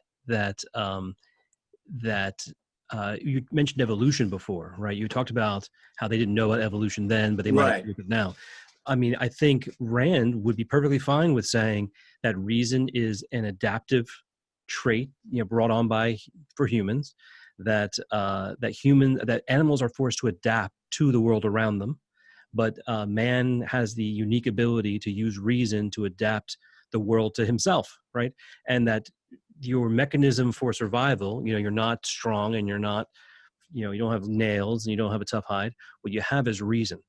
And therefore, this is your survival trait as a functioning living being who's trying to perpetuate your survival, that those who embrace reason are going to be the ones who best survive, because that is Right. our unique human trait.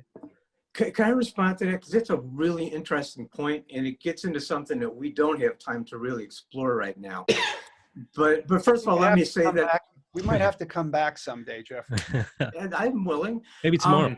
No, Got Mark's nothing to do. busy I'm a tomorrow, gentleman of cleaning the leisure. house. I'm at your command here. I mean, my personal view is that both Kant and Rand fail in justifying it. But on what you've just said about reason, I certainly agree. It's an adaptation, and it survived because it gave us an adaptive advantage. We can know something about this world and we make predictions, and we have objects that we can manipulate, and that evolved for a specific reason. It started on the savannah. We could escape our predators and better bag our prey, and then later it turned into, well, we could also form communities and become agricultural. It worked. It was a terrific adaptation, but there isn't any way to ground that with truth. Absolutely. It doesn't. Oh, so I was just going to say, I feel, just from what you've shown me, it seems like Kant's assertion is less grounded than Rand's. I mean, if you can point to Rand's, well, his is grounded imaginarily. Yeah. Well, if you can point to Rand's assertions and say there they are, who's the stronger assertion? And this is what you and I kind of went around on before. Her grounds are questionable. I mean, she can assert them, and she can devise a sort of system of philosophy around them, but there's no reason to accept those maxims. They are questionable. I mean, there's no, Kant's deduction was, as Hume would have called it, fairyland and airy. There is no reason I have to accept that there's a noumenal God and he exists as will. I don't have to accept that. So Occam's razor, right? Occam's razor, you have to say Rand has the better theory. No, I wouldn't say that either. I think hers also fails. First of all, it could also fail and still be a better theory, right? It's less but complicated. it's still not a good theory. Well, Because what about the three axioms: consciousness, existence, and identity? The law of identity. It's self-proving. no, it's not. But now I think we're going to go down the quantum physics. Okay. Let me just say for the listeners. Okay, so there's these three axioms that Rand relies on. They're very common sense. I think that for most real world type functioning, that existence exists. Or reality is real. There is an objective reality, I guess, is her axiom. The second is that the law of identity.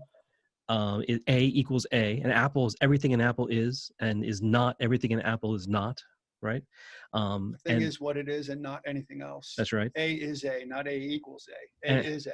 And we can be conscious of existence. We can know something about. We are conscious, and consciousness is our instrument for knowing reality. That's right. So there's these three basic axioms. Many other philosophies rely on those or variations of those.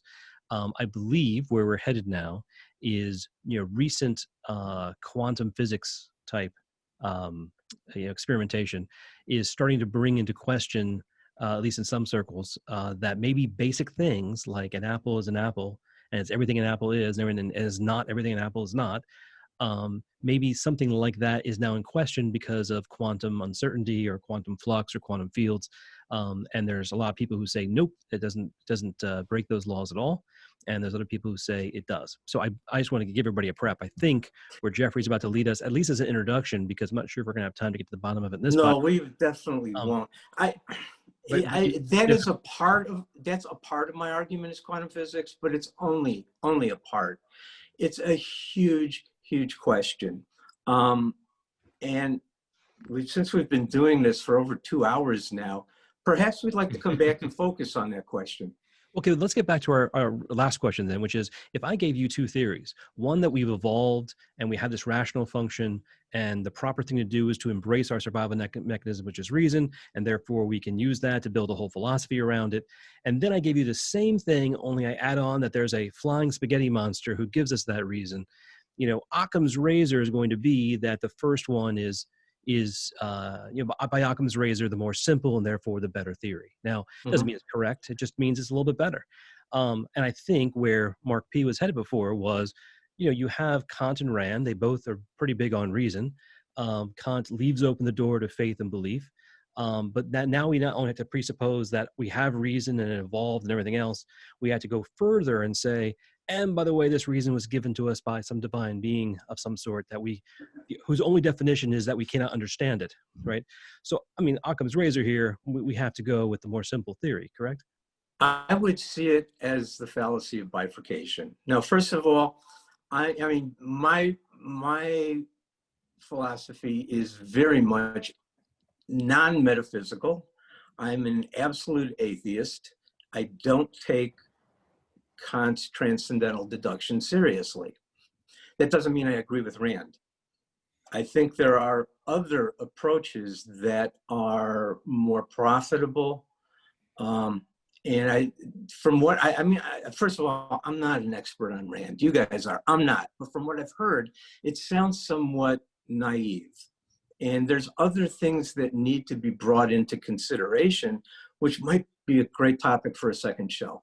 Well, why don't you could you list some of those things and then we can just whet our appetite and think about what they might be? Sure. Well, let's start with, you know who Henri Poincaré was? He was physicist. He was, yeah, a mathematician, physicist. He did a paper where he showed, well, he compared Euclidean geometry, Boolean geometry, Leshevsky's, I can never say his name, geometry, and Riemannian geometry, and showed that they were all in perfectly internally consistent logical systems and contradictory to each other. And then he developed a fourth geometry that was, again, internally perfectly consistent and conflicted with the others, and which raised the question, well, how can I have four perfectly consistent rational constructions that in some way describe reality but contradict each other? And then that was taken further by, I don't know if you know who Eugene Wigner was. He won the Nobel Prize in 1963 for his work on particle symmetry. He was a mathematical physicist, and he took it further, and he looked at the difference between Newtonian physics and Einstein's relativity. Now, Newtonian physics was based on Euclidean geometry, and it perfectly described the world at the level we live in, okay? Our daily existence pretty well is described by Newtonian physics and Euclidean geometry. And it shouldn't surprise us from a 20th century perspective, because that is what our reason evolved in. It evolved to survive within this very thin slice of physical reality. But when you get to relativity, Euclidean geometry can't begin to describe it. Its axioms are contradictory to what's happening at the scale of relativity. And Einstein thought he had to create a brand new geometry until his friend pointed out that Riemann already had. And so we used Riemannian geometry for relativity, which the laws of which, relativity itself is inherently non-contradictory. It's perfectly coherent and completely contradicts Newtonian physics. But it works at that level, and we can explain it. And then when you come to quantum physics, where it conflicts with both of those, and a whole different mathematics had to be developed. And you cannot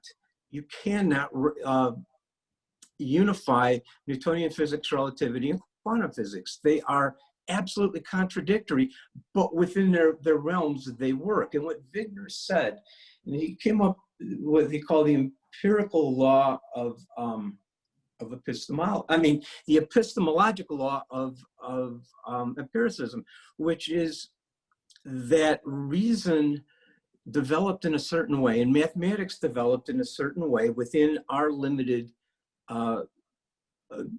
band of existence, but it can't explain everything. It only works within limitations of space, time, and chosen events, and that it's possible to take space, time, and chosen events, and for that same space time period, come up with an entirely contradictory logical structure that totally contradicts the first one. So that there is a limit to what reason can tell us about the universe, and it certainly can't explain the universe, because the universe rebels every time you try to get to an understanding within reason and space and time. The universe, if you press it enough, rebels on you.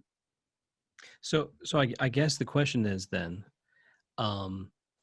that first of all, I would argue everybody there you listed uses reason to get their results, right? People who study relativity, people who study quantum physics.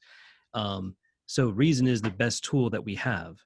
If not reason, Mark, reason also is what lets us know that those systems overlap in some ways, but contradict in others. Exactly right. Exactly that's right. right.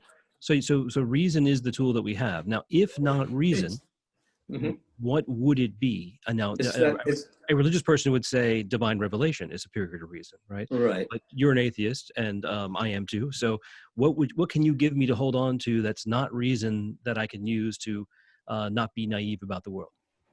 Aesthetics, which I can't begin to explain right now, but I would love to in another show. Aesthetic knowledge we have two modes of knowledge, and Hume hinted at this, but it goes way back before Hume. We have rational knowledge, and it tells us things correct about the universe in a limited way. And we have aesthetic knowledge, which is more primordial than reason. We had that first, but we primarily interact with the world aesthetically, secondarily, rationally. It's the difference. It's the reason that I say there is more profound truth in a Beethoven symphony than there is in both works of relativity. That sounds pretty sentimental. It is. Absolutely is. Very good. Well, that will take that would take a lot of unpacking for it to work in my reasoning. Okay, well, to sum up then, I guess to kind of, and we'll go around the table, let everybody kind of weigh in. But where does this leave us? I think we made some progress today. I think one of the open questions on that Twitter thread that's been going on for 2 years, I think Mark P, his force of personality keeps that alive, that Twitter thread. But one of the questions on that. No, I gave up on it. They're on their own now. But one of the questions on that thread is, did Kant, was Kant taken out of context with his comment about leaving the door open for faith, or was he really, an advocate for God in that situation? And I think Jeffrey has lent his expertise to tell us, yes, he was a man of faith who included that as part of his worldview, which is certainly understandable, particularly for the time.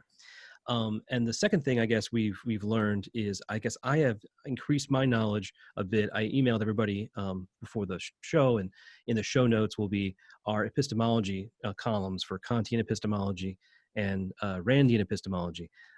between both of you and the excellent work you did, I think I do understand better, unbelievably so. That I was able to understand it better, but I think I do. I think I have it swirling around my mind. Kantian epistemology is much more grounded now in my mind. So I'm going to update this diagram according to my knowledge and send it out to everybody. And the viewers will get the benefit of having the updated diagram posted, so you can compare the Kantian and objectivism epistemology side by side. So I'll do my poor rendering, and then the experts can help me update it and weigh in. Very good. Maybe we should go to Mr. Pellegrino first, and then we can do Mr. Rick, and then maybe Jeffrey. I went first before, so let Jeff go first. Well, that's why I went to the other moderator. Yeah, no, let Jeffrey go first. No, I meant Mark first, and then Jeffrey, and then me.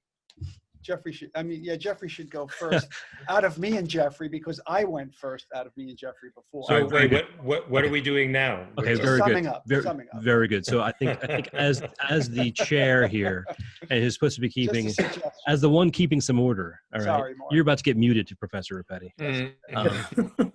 Why don't we do this? I'll go into the noumenal world. Call me. I'll come back. Why don't we do this? Why don't we have Jeffrey? Rick can go right now.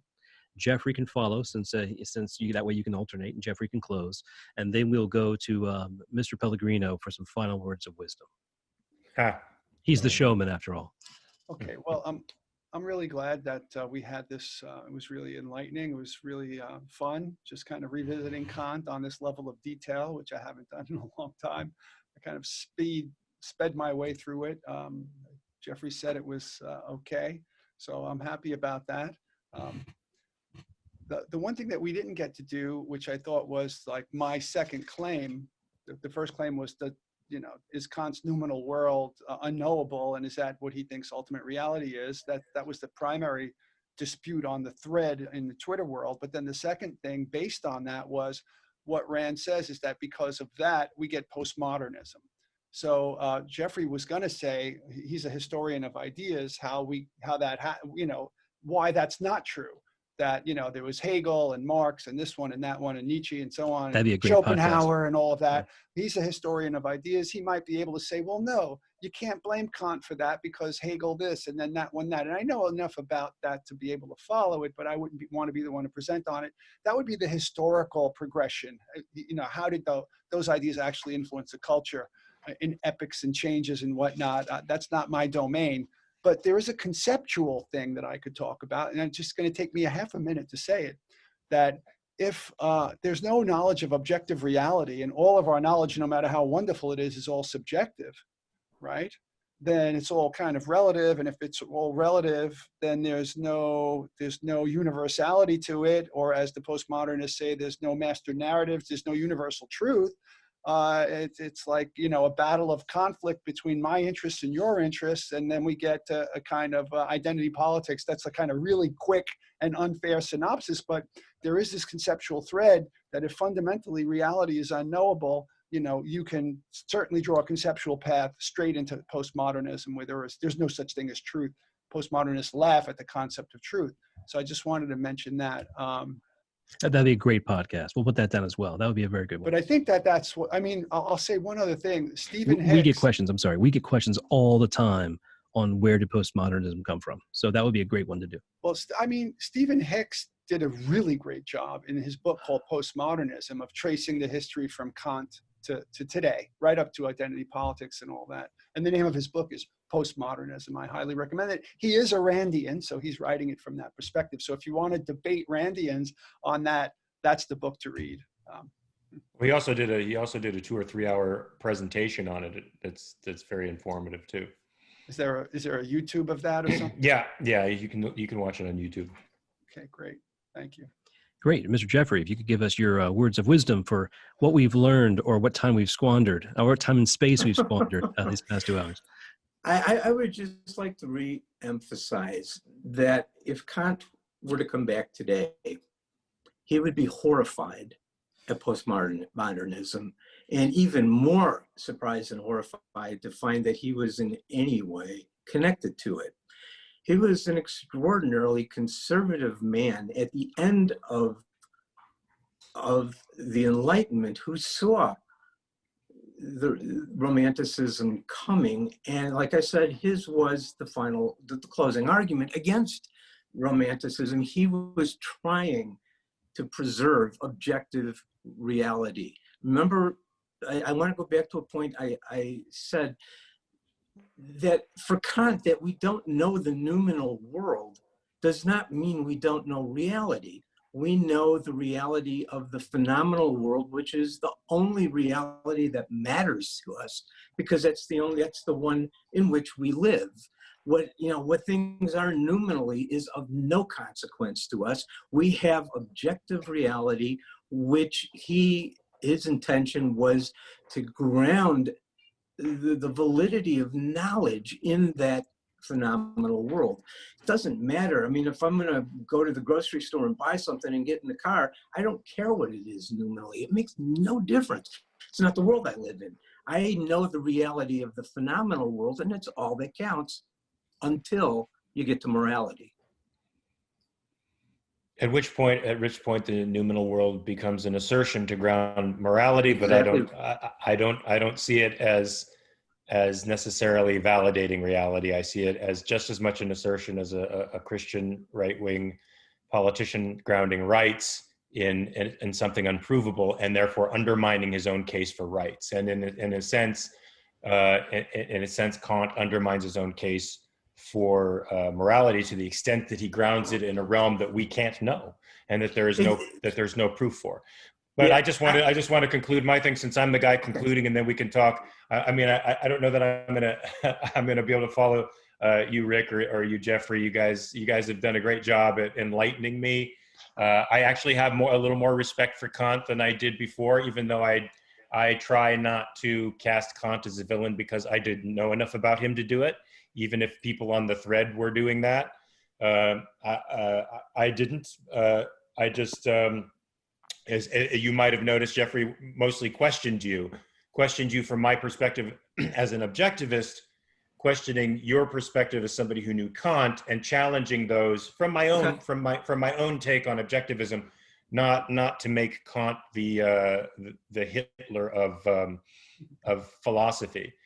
So I still have a lot of questions. I still don't think Kant adequately answered them. I think he tried to synthesize things that were unsynthesizable.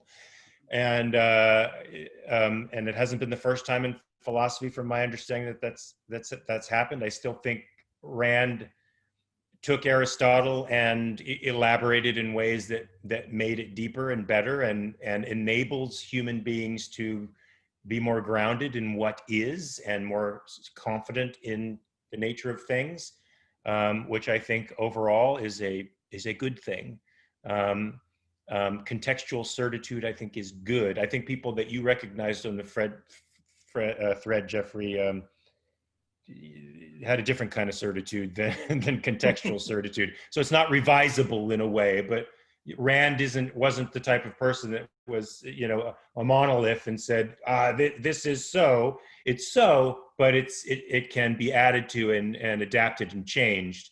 And I think she gets a lot of flack for being sort of a dogmatist, as opposed to somebody who says, well, knowledge is open. It's we can gather an understanding of the world and build knowledge from there, but it's always open. But thanks for introducing me to Kant, you guys, and I'm going to be thinking about this quite a bit more, and I'm sure we'll see each other online, and the conversations, now that we've seen each other in person and had such a good personal dialogue. And Jeffrey, I see you're a pretty cool dude. You actually remind me of one of my best friends. I think our conversations will be much more interesting now, because we've seen each other, we've interacted with each other, and we're all just trying to get to the truth. I think I might be able to bring us home here with that excellent summary, which is from all of you, which is that if Kant were alive in 1960, sitting next to Ayn Rand, he might express some of the similar horror at where some of his ideas where they were taken, right? And we can, so maybe she was just pointing out something that he himself would point out, which is that he did not intend for his ideas to be used or distorted in other ways by other philosophers. So, well, there's a passage in Master and the Margarita where Jesus is talking to Pilate, And Pilate is presenting the claims of the Sanhedrin against him and saying, look, this is what they're saying about you. What do you have to say for yourself? And Jesus says, let me tell you something. I have been preaching, and every once in a while I look over and I see a guy who's writing stuff. One day I actually went over there and I said, what are you writing? And I looked, and that's not what I'm saying. That is not what I'm saying. So maybe that's what Kant would do. I think you're right. That would be a great note to end on, Mark. Well, very good. Well, thank you all for coming on Level to Power. We certainly will invite you back again for another fun-filled topic like Kantian epistemology. This is the only podcast dedicated to philosophy and your self-empowerment. You can change your level, you can change your life, and you can change the world. Thank you for coming to Level to Power. Thanks. Very good, gentlemen. Thank you so much.